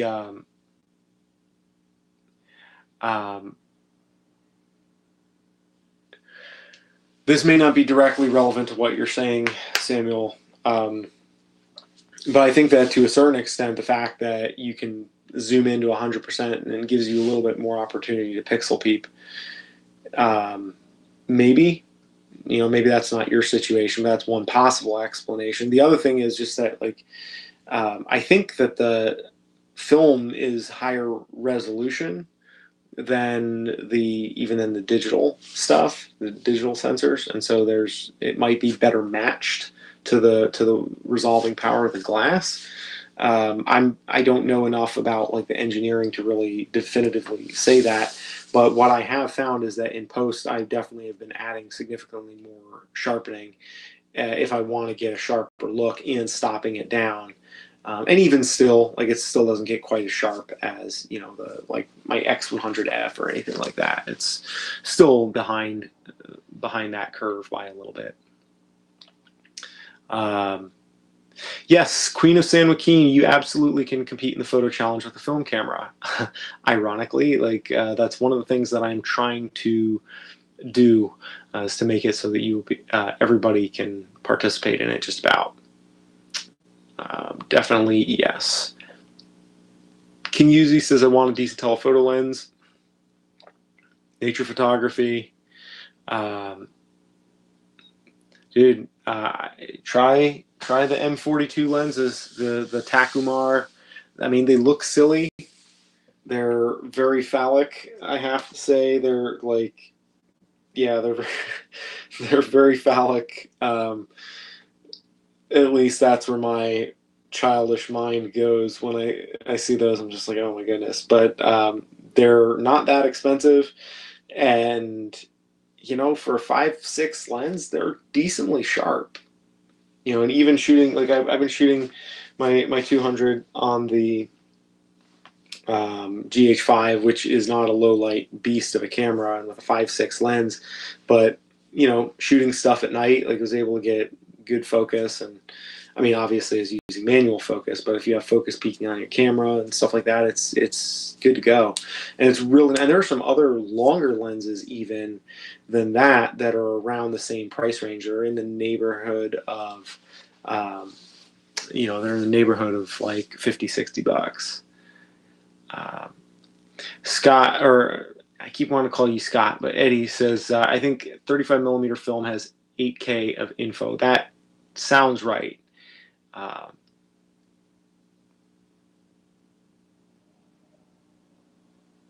Yeah, that could be wrong. Yeah, I don't know about that, Scott. That sounds right to me, though. I mean, I know that it does have pretty high resolution.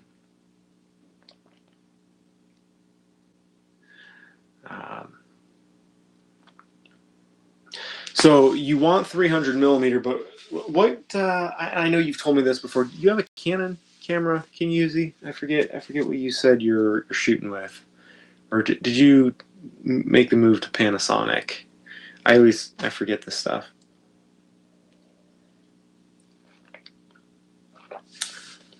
600D. That is a Canon, right?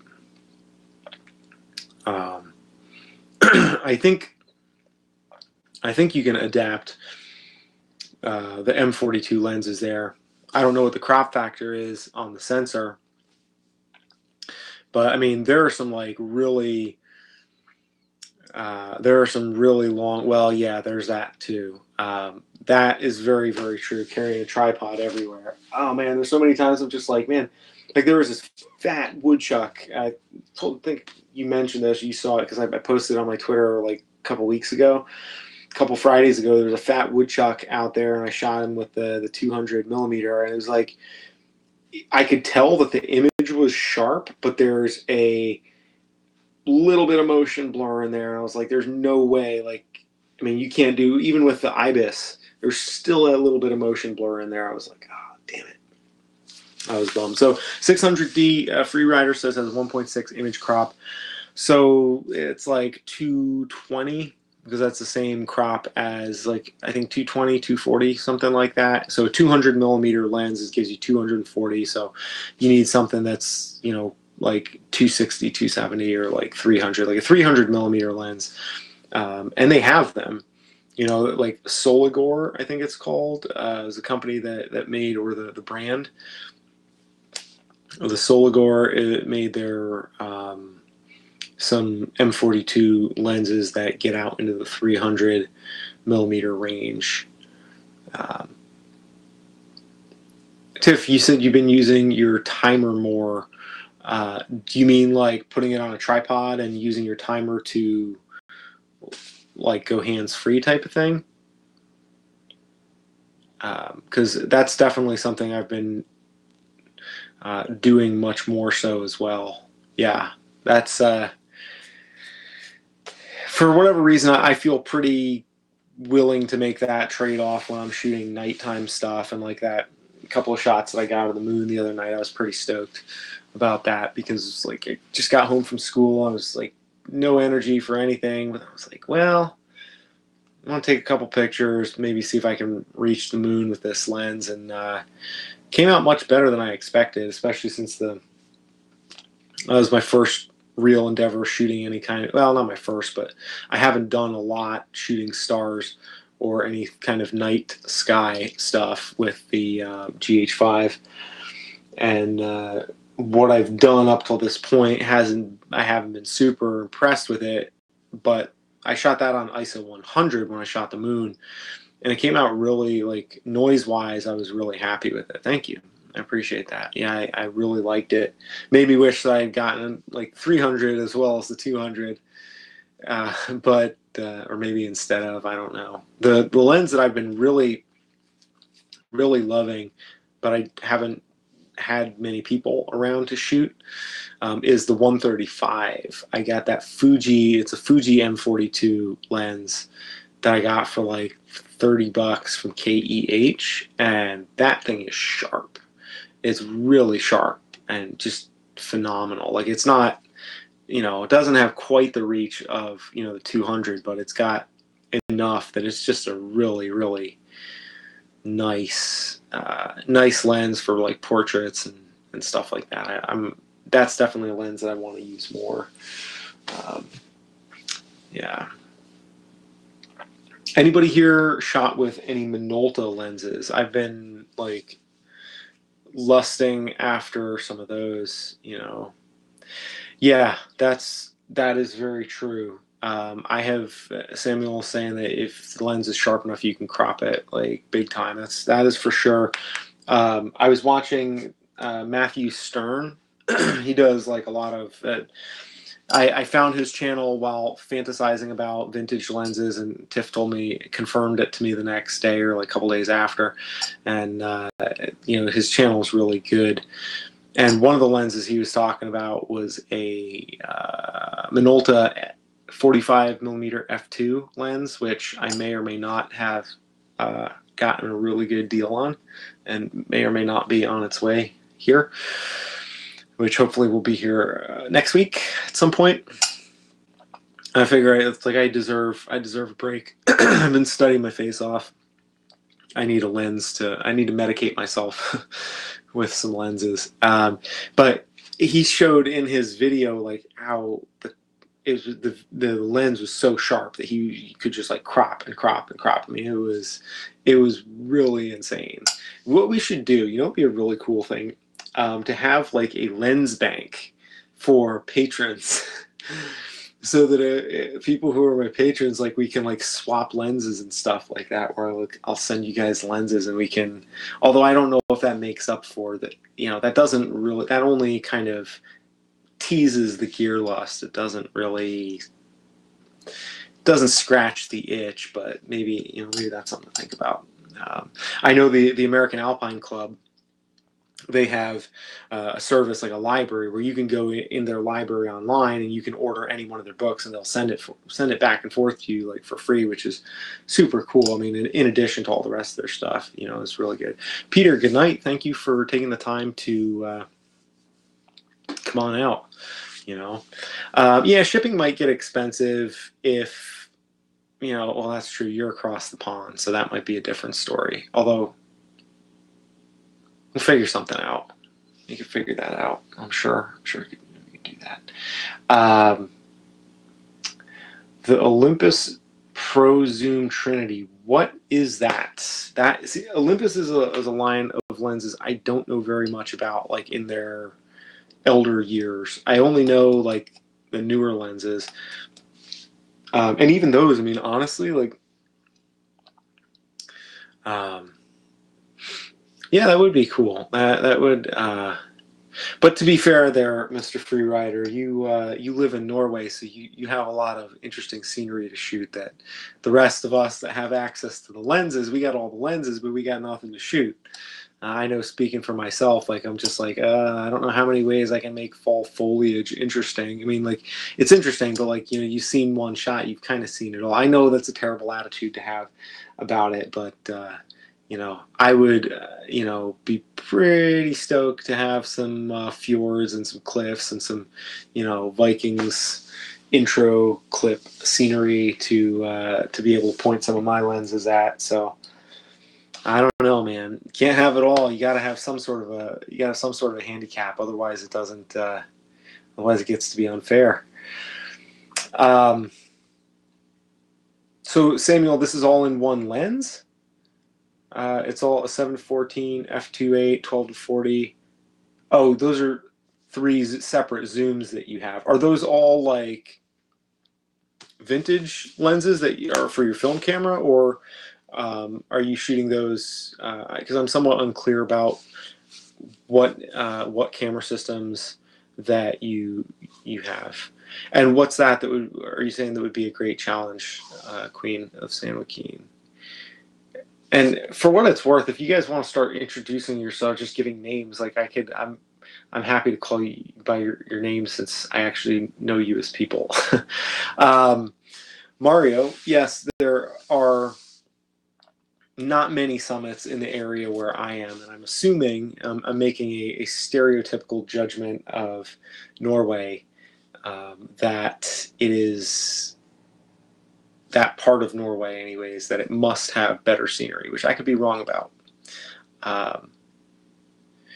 Some truth about Viking helmets. There's never been any discovery of a Viking helmet with horns. That is taken from Italian opera and misused. Sadly, I will see your info about Viking helmets and raise you one. It was the Etruscans and the Minoans, which I believe are Mediterranean, which is probably how it crept into the Italian operas, but it was somewhere in the Mediterranean area there. I believe it was the Minoans who were the ones who actually would put the horns on their helmet, and I think it had something to do with the Mithras, the Mithraic, like they worship the bull, the Mithraic bull, or something with that. And I think that's why they did that. And I'm not sure how that did get into the Italian opera, but very true and good point there. And I think on the TV show Vikings, which I'm a huge fan of that show, that's a really well done show.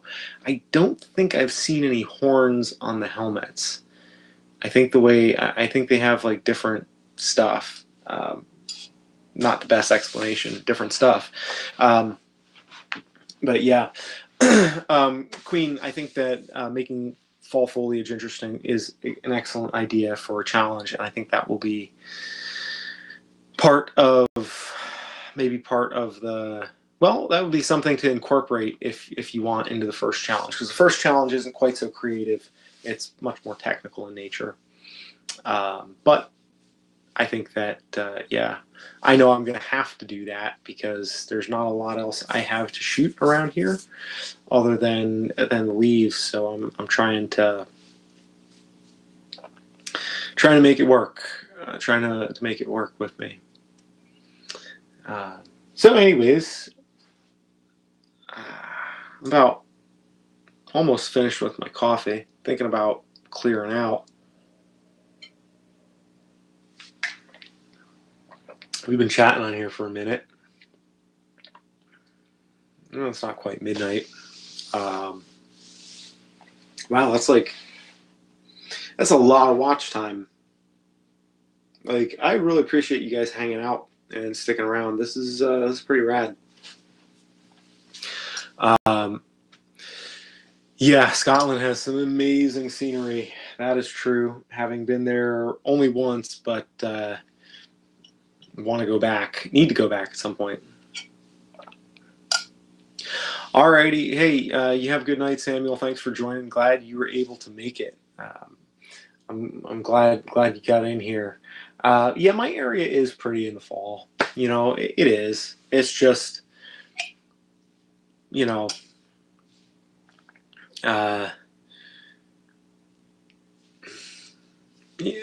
hard to say. I guess when you kind of grow up around something, you get a little bit used to it, and it gets to be a little samey. I like this area in the fall, and definitely like when I was out west, like I was out in the national parks, like out in Utah, you know, in Zion and stuff like that. And when I was out there, there was no foliage. It's like everything was desert and rocks, and then that would get boring. So then I'd come back here and I'd be like, oh, it's so beautiful, like, you know. And so I just need to get off my rear end and go out and like get up early in the morning, which I hate, but which is ultimately the way to go, because like if you can get the foliage, like early morning shots when there's fog out there, like lifting in the valleys and stuff, I mean, you just get some really crazy light and some awesome stuff. Like I just need to work a little harder and stop being lazy. That's really the almost the entirety of my situation is just that. So anyways, gang, I think I am going to start wrapping this up. We're at minute 192. I think that is a new high. I'm probably going to wind up going till about 200, because usually every time, no matter how many people are here, no matter how long we've been talking, somebody always comes up with stuff like at the last minute that like is interesting, which I always joke about ending the live stream as soon as it starts so that we can get to the interesting stuff at the beginning of the video, because that's when all the good stuff always comes, when I'm like, oh, I'm done, I gotta go to bed, and somebody drops some like really interesting topic on me and I can't stop, and that's how we go for 200 minutes. But hopefully the the algorithmic YouTube gods will smile on us for this substantial offering of a lot of time. It's always crazy to me to see how much watch time amounts from having 10 or 12 people that hang out with you for a couple hundred minutes. It's pretty substantial. It's much appreciated. I always appreciate you guys hanging out, taking Friday nights and, just chilling, hanging out with me. That's very nice. I always learn a lot of cool stuff, and always enjoy getting to chat with you guys. I think the trolls did clear off. I was able to ignore them, and I think they kind of, got bored, which is good. It's like I can be boring to trolls too. It comes in handy. Halloween challenge. Well, how about this? Let's see kind of how the first challenge goes. My thought at this point is, okay, so here's the deal. The first challenge is very technical, and you can certainly add a twist to it to make it creative as well. So for example, this is not the challenge, but let's just say that it was. Okay. Let's say that the challenge was to shoot everything in a certain crop ratio on your camera. Now you could take that challenge and you could do another challenge at the same time where maybe you were only shooting in black and white. And then you could shoot only in black and white and also only in this crop factor. Maybe the crop factor challenge is what I'm doing. That's just technical, right? And then the black and white is more of a creative challenge. So what I have lined up, I'm not sure what exactly the pace is going to be for these challenges. I think a lot of it depends on kind of, how into it people get. And I think that, even 5 or 10 people who are really putting in some effort to it could make it move pretty fast and really get it off the ground. So maybe 2 weeks. My thought is 2 to 3 weeks per challenge is probably what it'll take. So we may be starting the next, so bi-weekly. When you say bi-weekly, do you mean every 2 weeks or 2 every week? Just to be clear.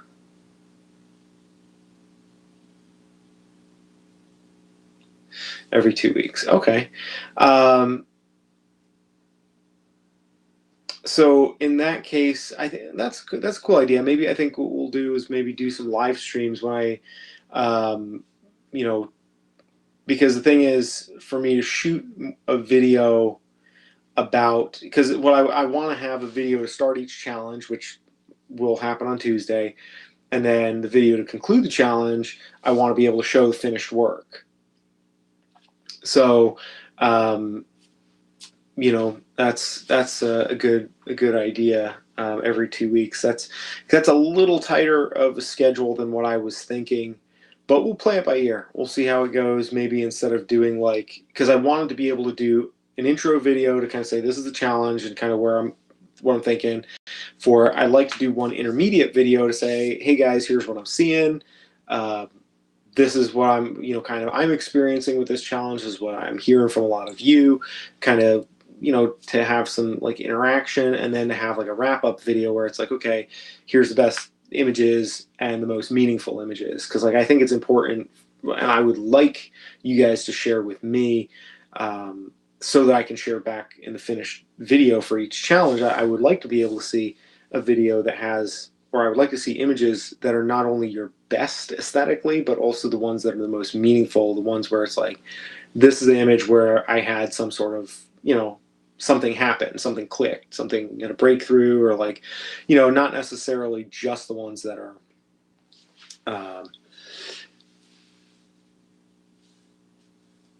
that's a good idea. Yeah, you could do that.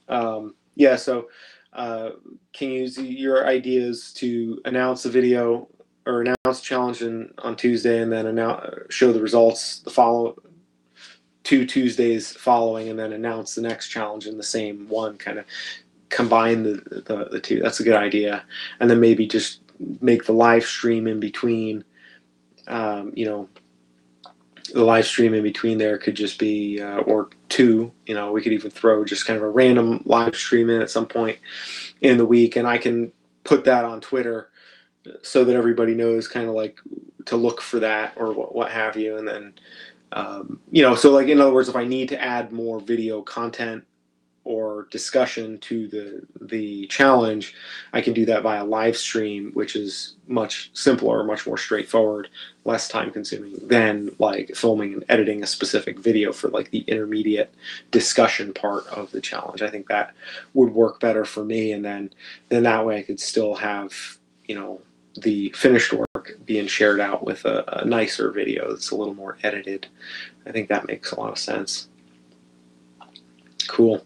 Well, hey, I hope it does. I know I know Ted Forbes is funny. Like, I watch Ted's old videos sometimes. I go back, and I mean, he's just got so much. He's just fantastic, fantastic stuff on his channel. And like, I go back and I watch it. I'm like, man, like his channel has like grown so much, and like his content and like everything has gotten just like so much better. So. Well, that's cool. I mean, I don't know if, yeah, if that's what people know me for, then that's good. I mean, hey,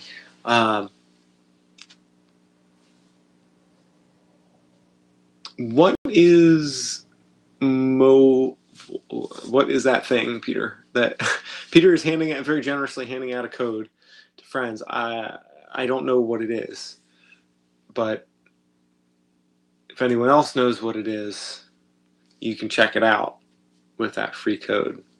And thank you, Peter. It's very generous. And have a good night, and thank you for sharing that with us.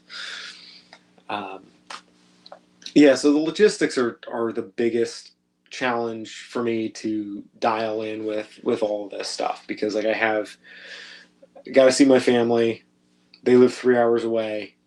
I got tests and papers, classes that I teach as well, videos I got to edit, and then live stream, and then also there's documentary series that I'm working on for my Patreon. I got a lot of irons in the fire. So anyways, I'm going to do the very best that I can with this photo challenge to make sure that it stays moving, because I don't want it to stagnate, but I also don't want it to go too fast. And hopefully we can find a balance. Let's just say I'm going to shoot for 2 weeks, but it may be 3, but somewhere between 2 and 3 weeks per challenge is what I think will be a balance that I think we can all live with, hopefully. And if I can make it work as like a, kind of every second week we do a new one, then I think that's a good target for which to aim. So anyways, gang, that's all I have for you this evening. We have just crossed the 200-minute mark, which I think is a new record. I keep losing track of what these records are. I like live streaming. I like talking. I like hearing from you guys.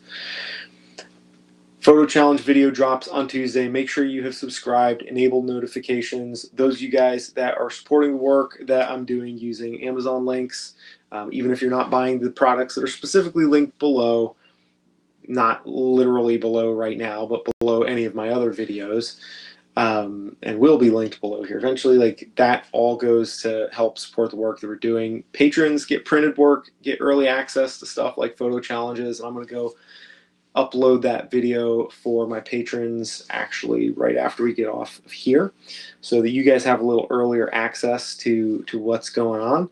And even a little bit makes a huge difference. And I know a handful of you all who are on this live stream right now are supporting there on Patreon, which is greatly appreciated. And it's not right for everybody, it's not like I'm happy to make content for free. It's just that a little bit extra padding with that definitely helps a great deal, given the fact that right now my time is spread incredibly thin, so it makes it a little easier for me to free up time that I would otherwise spend working, tutoring, teaching, doing other stuff with folks kick in a little bit here and there. Plus it also makes me really happy to be able to give my work to people. Like, I have the printed photo magazine, which hopefully should be here next week, so I'll be able to show you guys. That's like the proof copy, because before I send out the finished copy to my patrons, I want to make sure that it's like, everything is good and there's nothing goofy.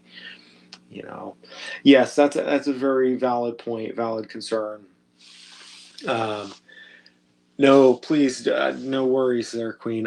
This is, like I said, it's only if you have it to give, and like there have been times when I've been flush when I've had cash, and I've like, I give it out when I have it, and when I don't, and it's like it's a privilege for me to have an audience in the first place, and it's like there are some people that are in a position, it's like the right time, and they're like looking for an opportunity. That's awesome, and it's so greatly appreciated. And there are other people that give their time and attention. Some, it's like you give what you have, and it's always appreciated. And like I've benefited a lot from having you as a very supportive person in the audience, and that means a great deal to me too.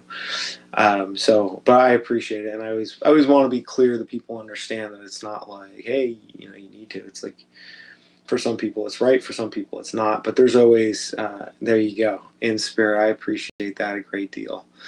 I appreciate that. Yeah, but King Yuzi, you bring up a good point about not burning out.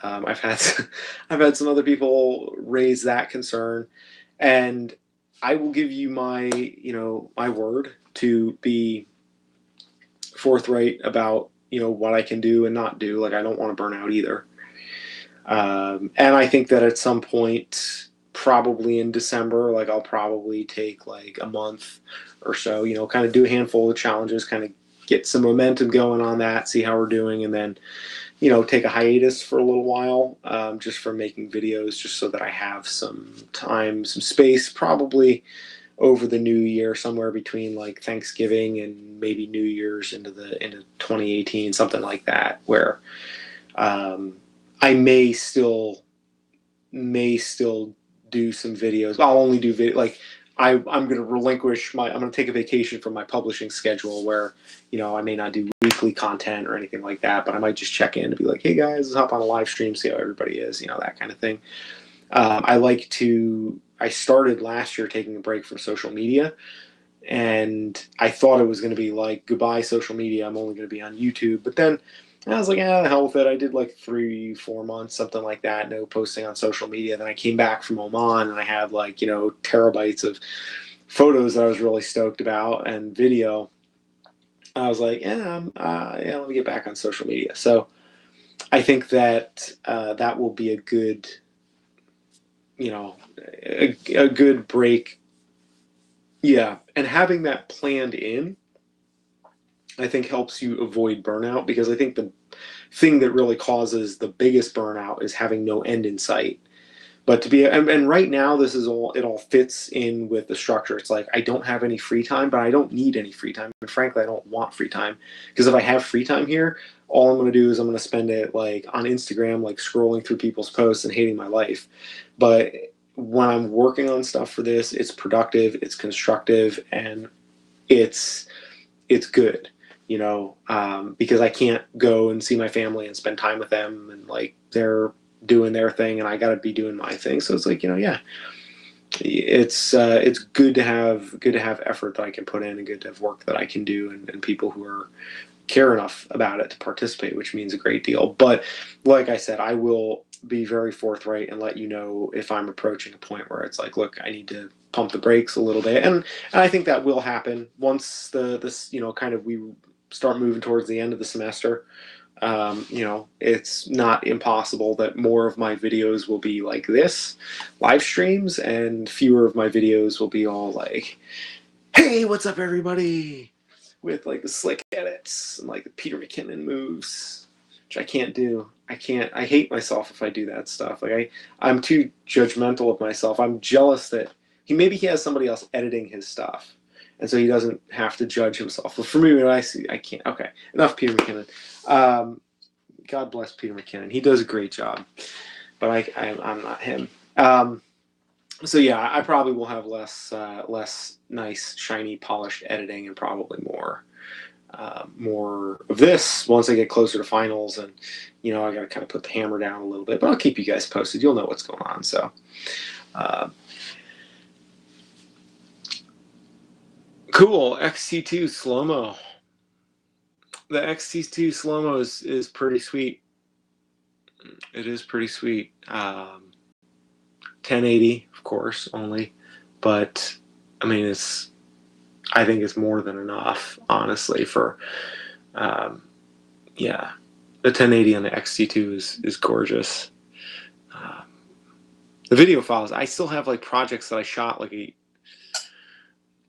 maybe like 9 months ago. I shot like a big long interview with my dad, and I gotta edit that and put that together, that documentary. Like I'm still like, I'm so far behind because like I shoot stuff and I'm like, oh yeah, let me just shoot this and I'll have it, like then I have it there. So I'm like trying really hard to keep chipping away, just keep doing stuff. Like I got that kind of mini documentary about Martin's dad and the climbing, and then I have like my diabetes project that I'm working on. I got to get some stuff out with that. And anyways, question. This is something I'd be interested. Like, do you guys, anybody here think that a blog, like, I mean, I have my website, like livingvertical.org, and then there's stephenreichert.com, which is my personal, like my professional portfolio. But like, in theory, there could be a blog component to some of the stuff that I do on here. And I'm just curious if any of you would find that useful, like if you kind of go back and forth between blogs and videos, or if like blogs and, or if like videos like YouTube and social is kind of more where it's at.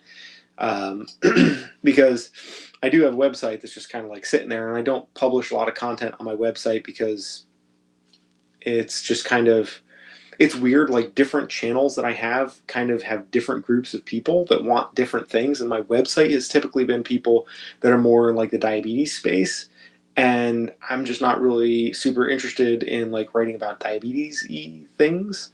And I haven't really gotten a lot of traffic on my website from, that's true, yeah, that thank you, that's a valid point. It would definitely make more for me to do. So yeah, that's why I haven't been doing a lot on it now. I'm just curious, not for right now, but let's just say maybe in 2018, if there are, if you guys think that, because what I would want to do, instead of like kind of having blogging as like a means of communication, maybe to start posting galleries from some of the things that I've shot, like Oman, and like with just like a little write up, like a project. To be able to post that. I want to start doing that just to archive some of the projects that I've done rather than blogging on a consistent basis, because I don't think that a lot of people, you know, read blogs, you know, at least. Plus, I just like video. I like the visual stuff a lot more.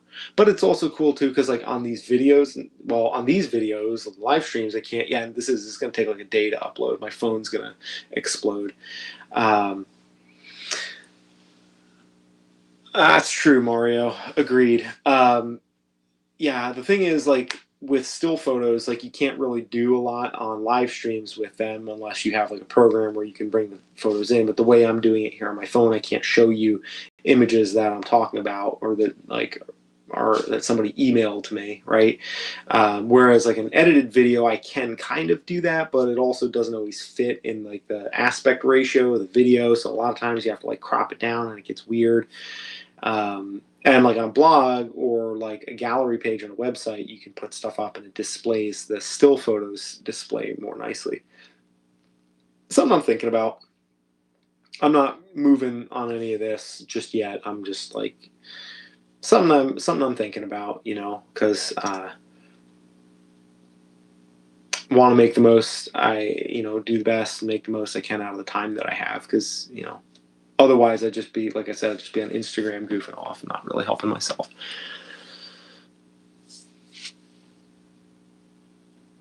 Yeah, the photo, there's some good photo bloggers. But for the most part, yeah, digital gallery would be good. Well, good morning to you, free rider. It's coffee time over there, eh? That's good. It's technically still coffee time for me over here. Um,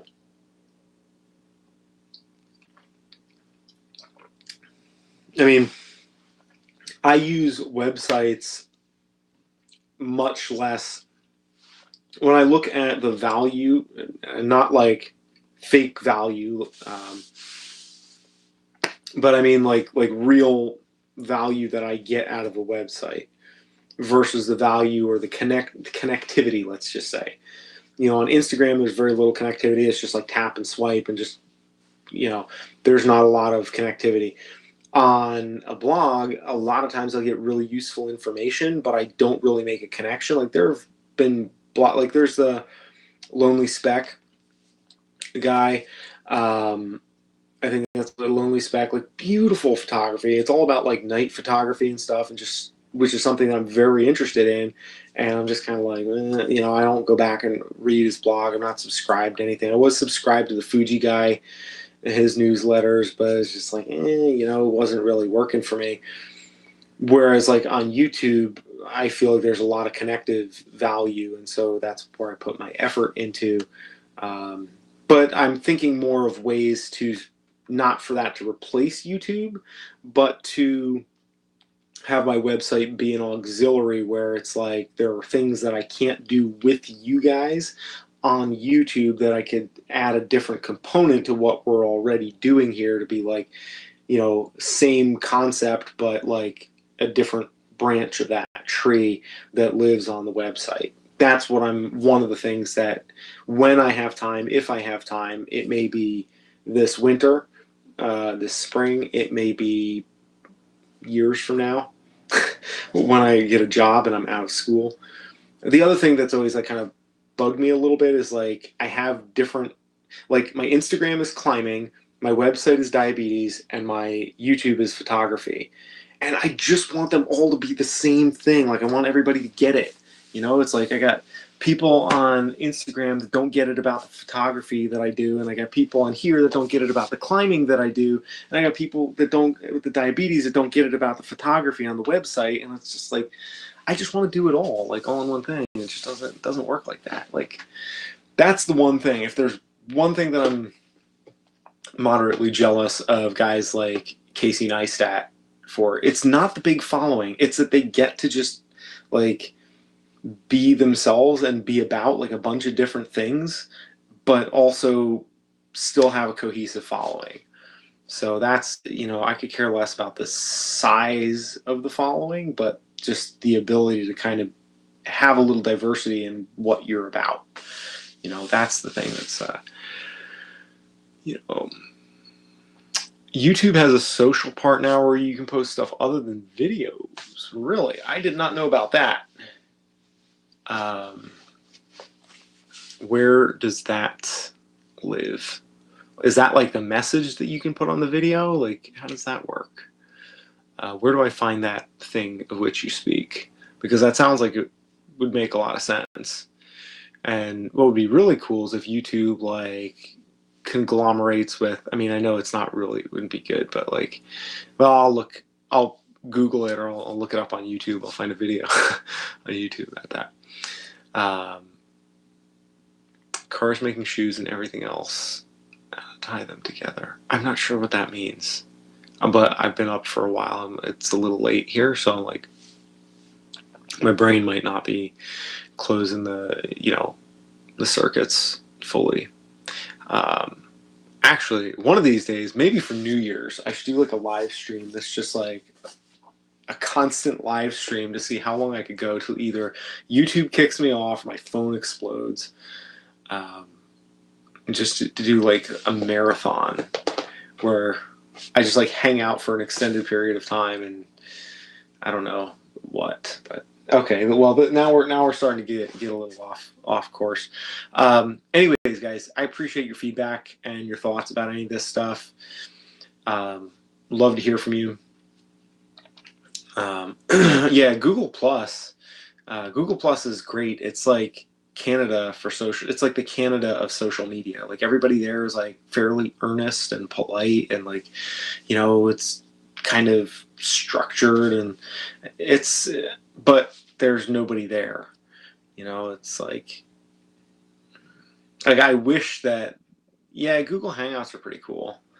And those are nice, for that may be something that we add in for patrons when we get down the road a little bit, is to do like a hangout, kind of figure it out, kind of like what exactly it would be about, what we would do. because I could see these photo challenges definitely going to a point where they require more time to really debrief and to really work through stuff with folks, and so maybe making that something that's a little bit more. Are there strippers on Google Plus? I did not know that. I wonder why that is. It's interesting. I guess they got to go somewhere, right? Anyways, guys, I really, really appreciate your feedback. Really appreciate you guys spending these 218 minutes with me. And yeah, looking forward to the weekend. I will get the photo challenge video on Patreon sometime this weekend, so you guys can have a look at that. But for this evening, I'm going to say good evening to you all. Thank you so much for joining. 3 hours and 40 minutes. I could keep going. Yeah, thank you. I appreciate you all taking the time. It was really awesome seeing you all here. And yeah, we'll see you guys soon. Next episode on Tuesday, except for maybe tomorrow for patrons. Love you guys. Thanks for hanging out and being so awesome. I will see you all on the Twitters. At Living Vertical, make sure you follow me on the Twitter so that we can do the photo challenge together next weekend. You won't have to be like looking for me and everything. You'll know right where I am. It's real easy. Go get some vintage lenses, take some pictures, and that's what I'm gonna do. I'm gonna go look for vintage. I'm gonna go to thrift stores tomorrow and look for vintage lenses. That'll be a good reason to get out of the house when I'm not writing my lab report. All right, guys. Good night.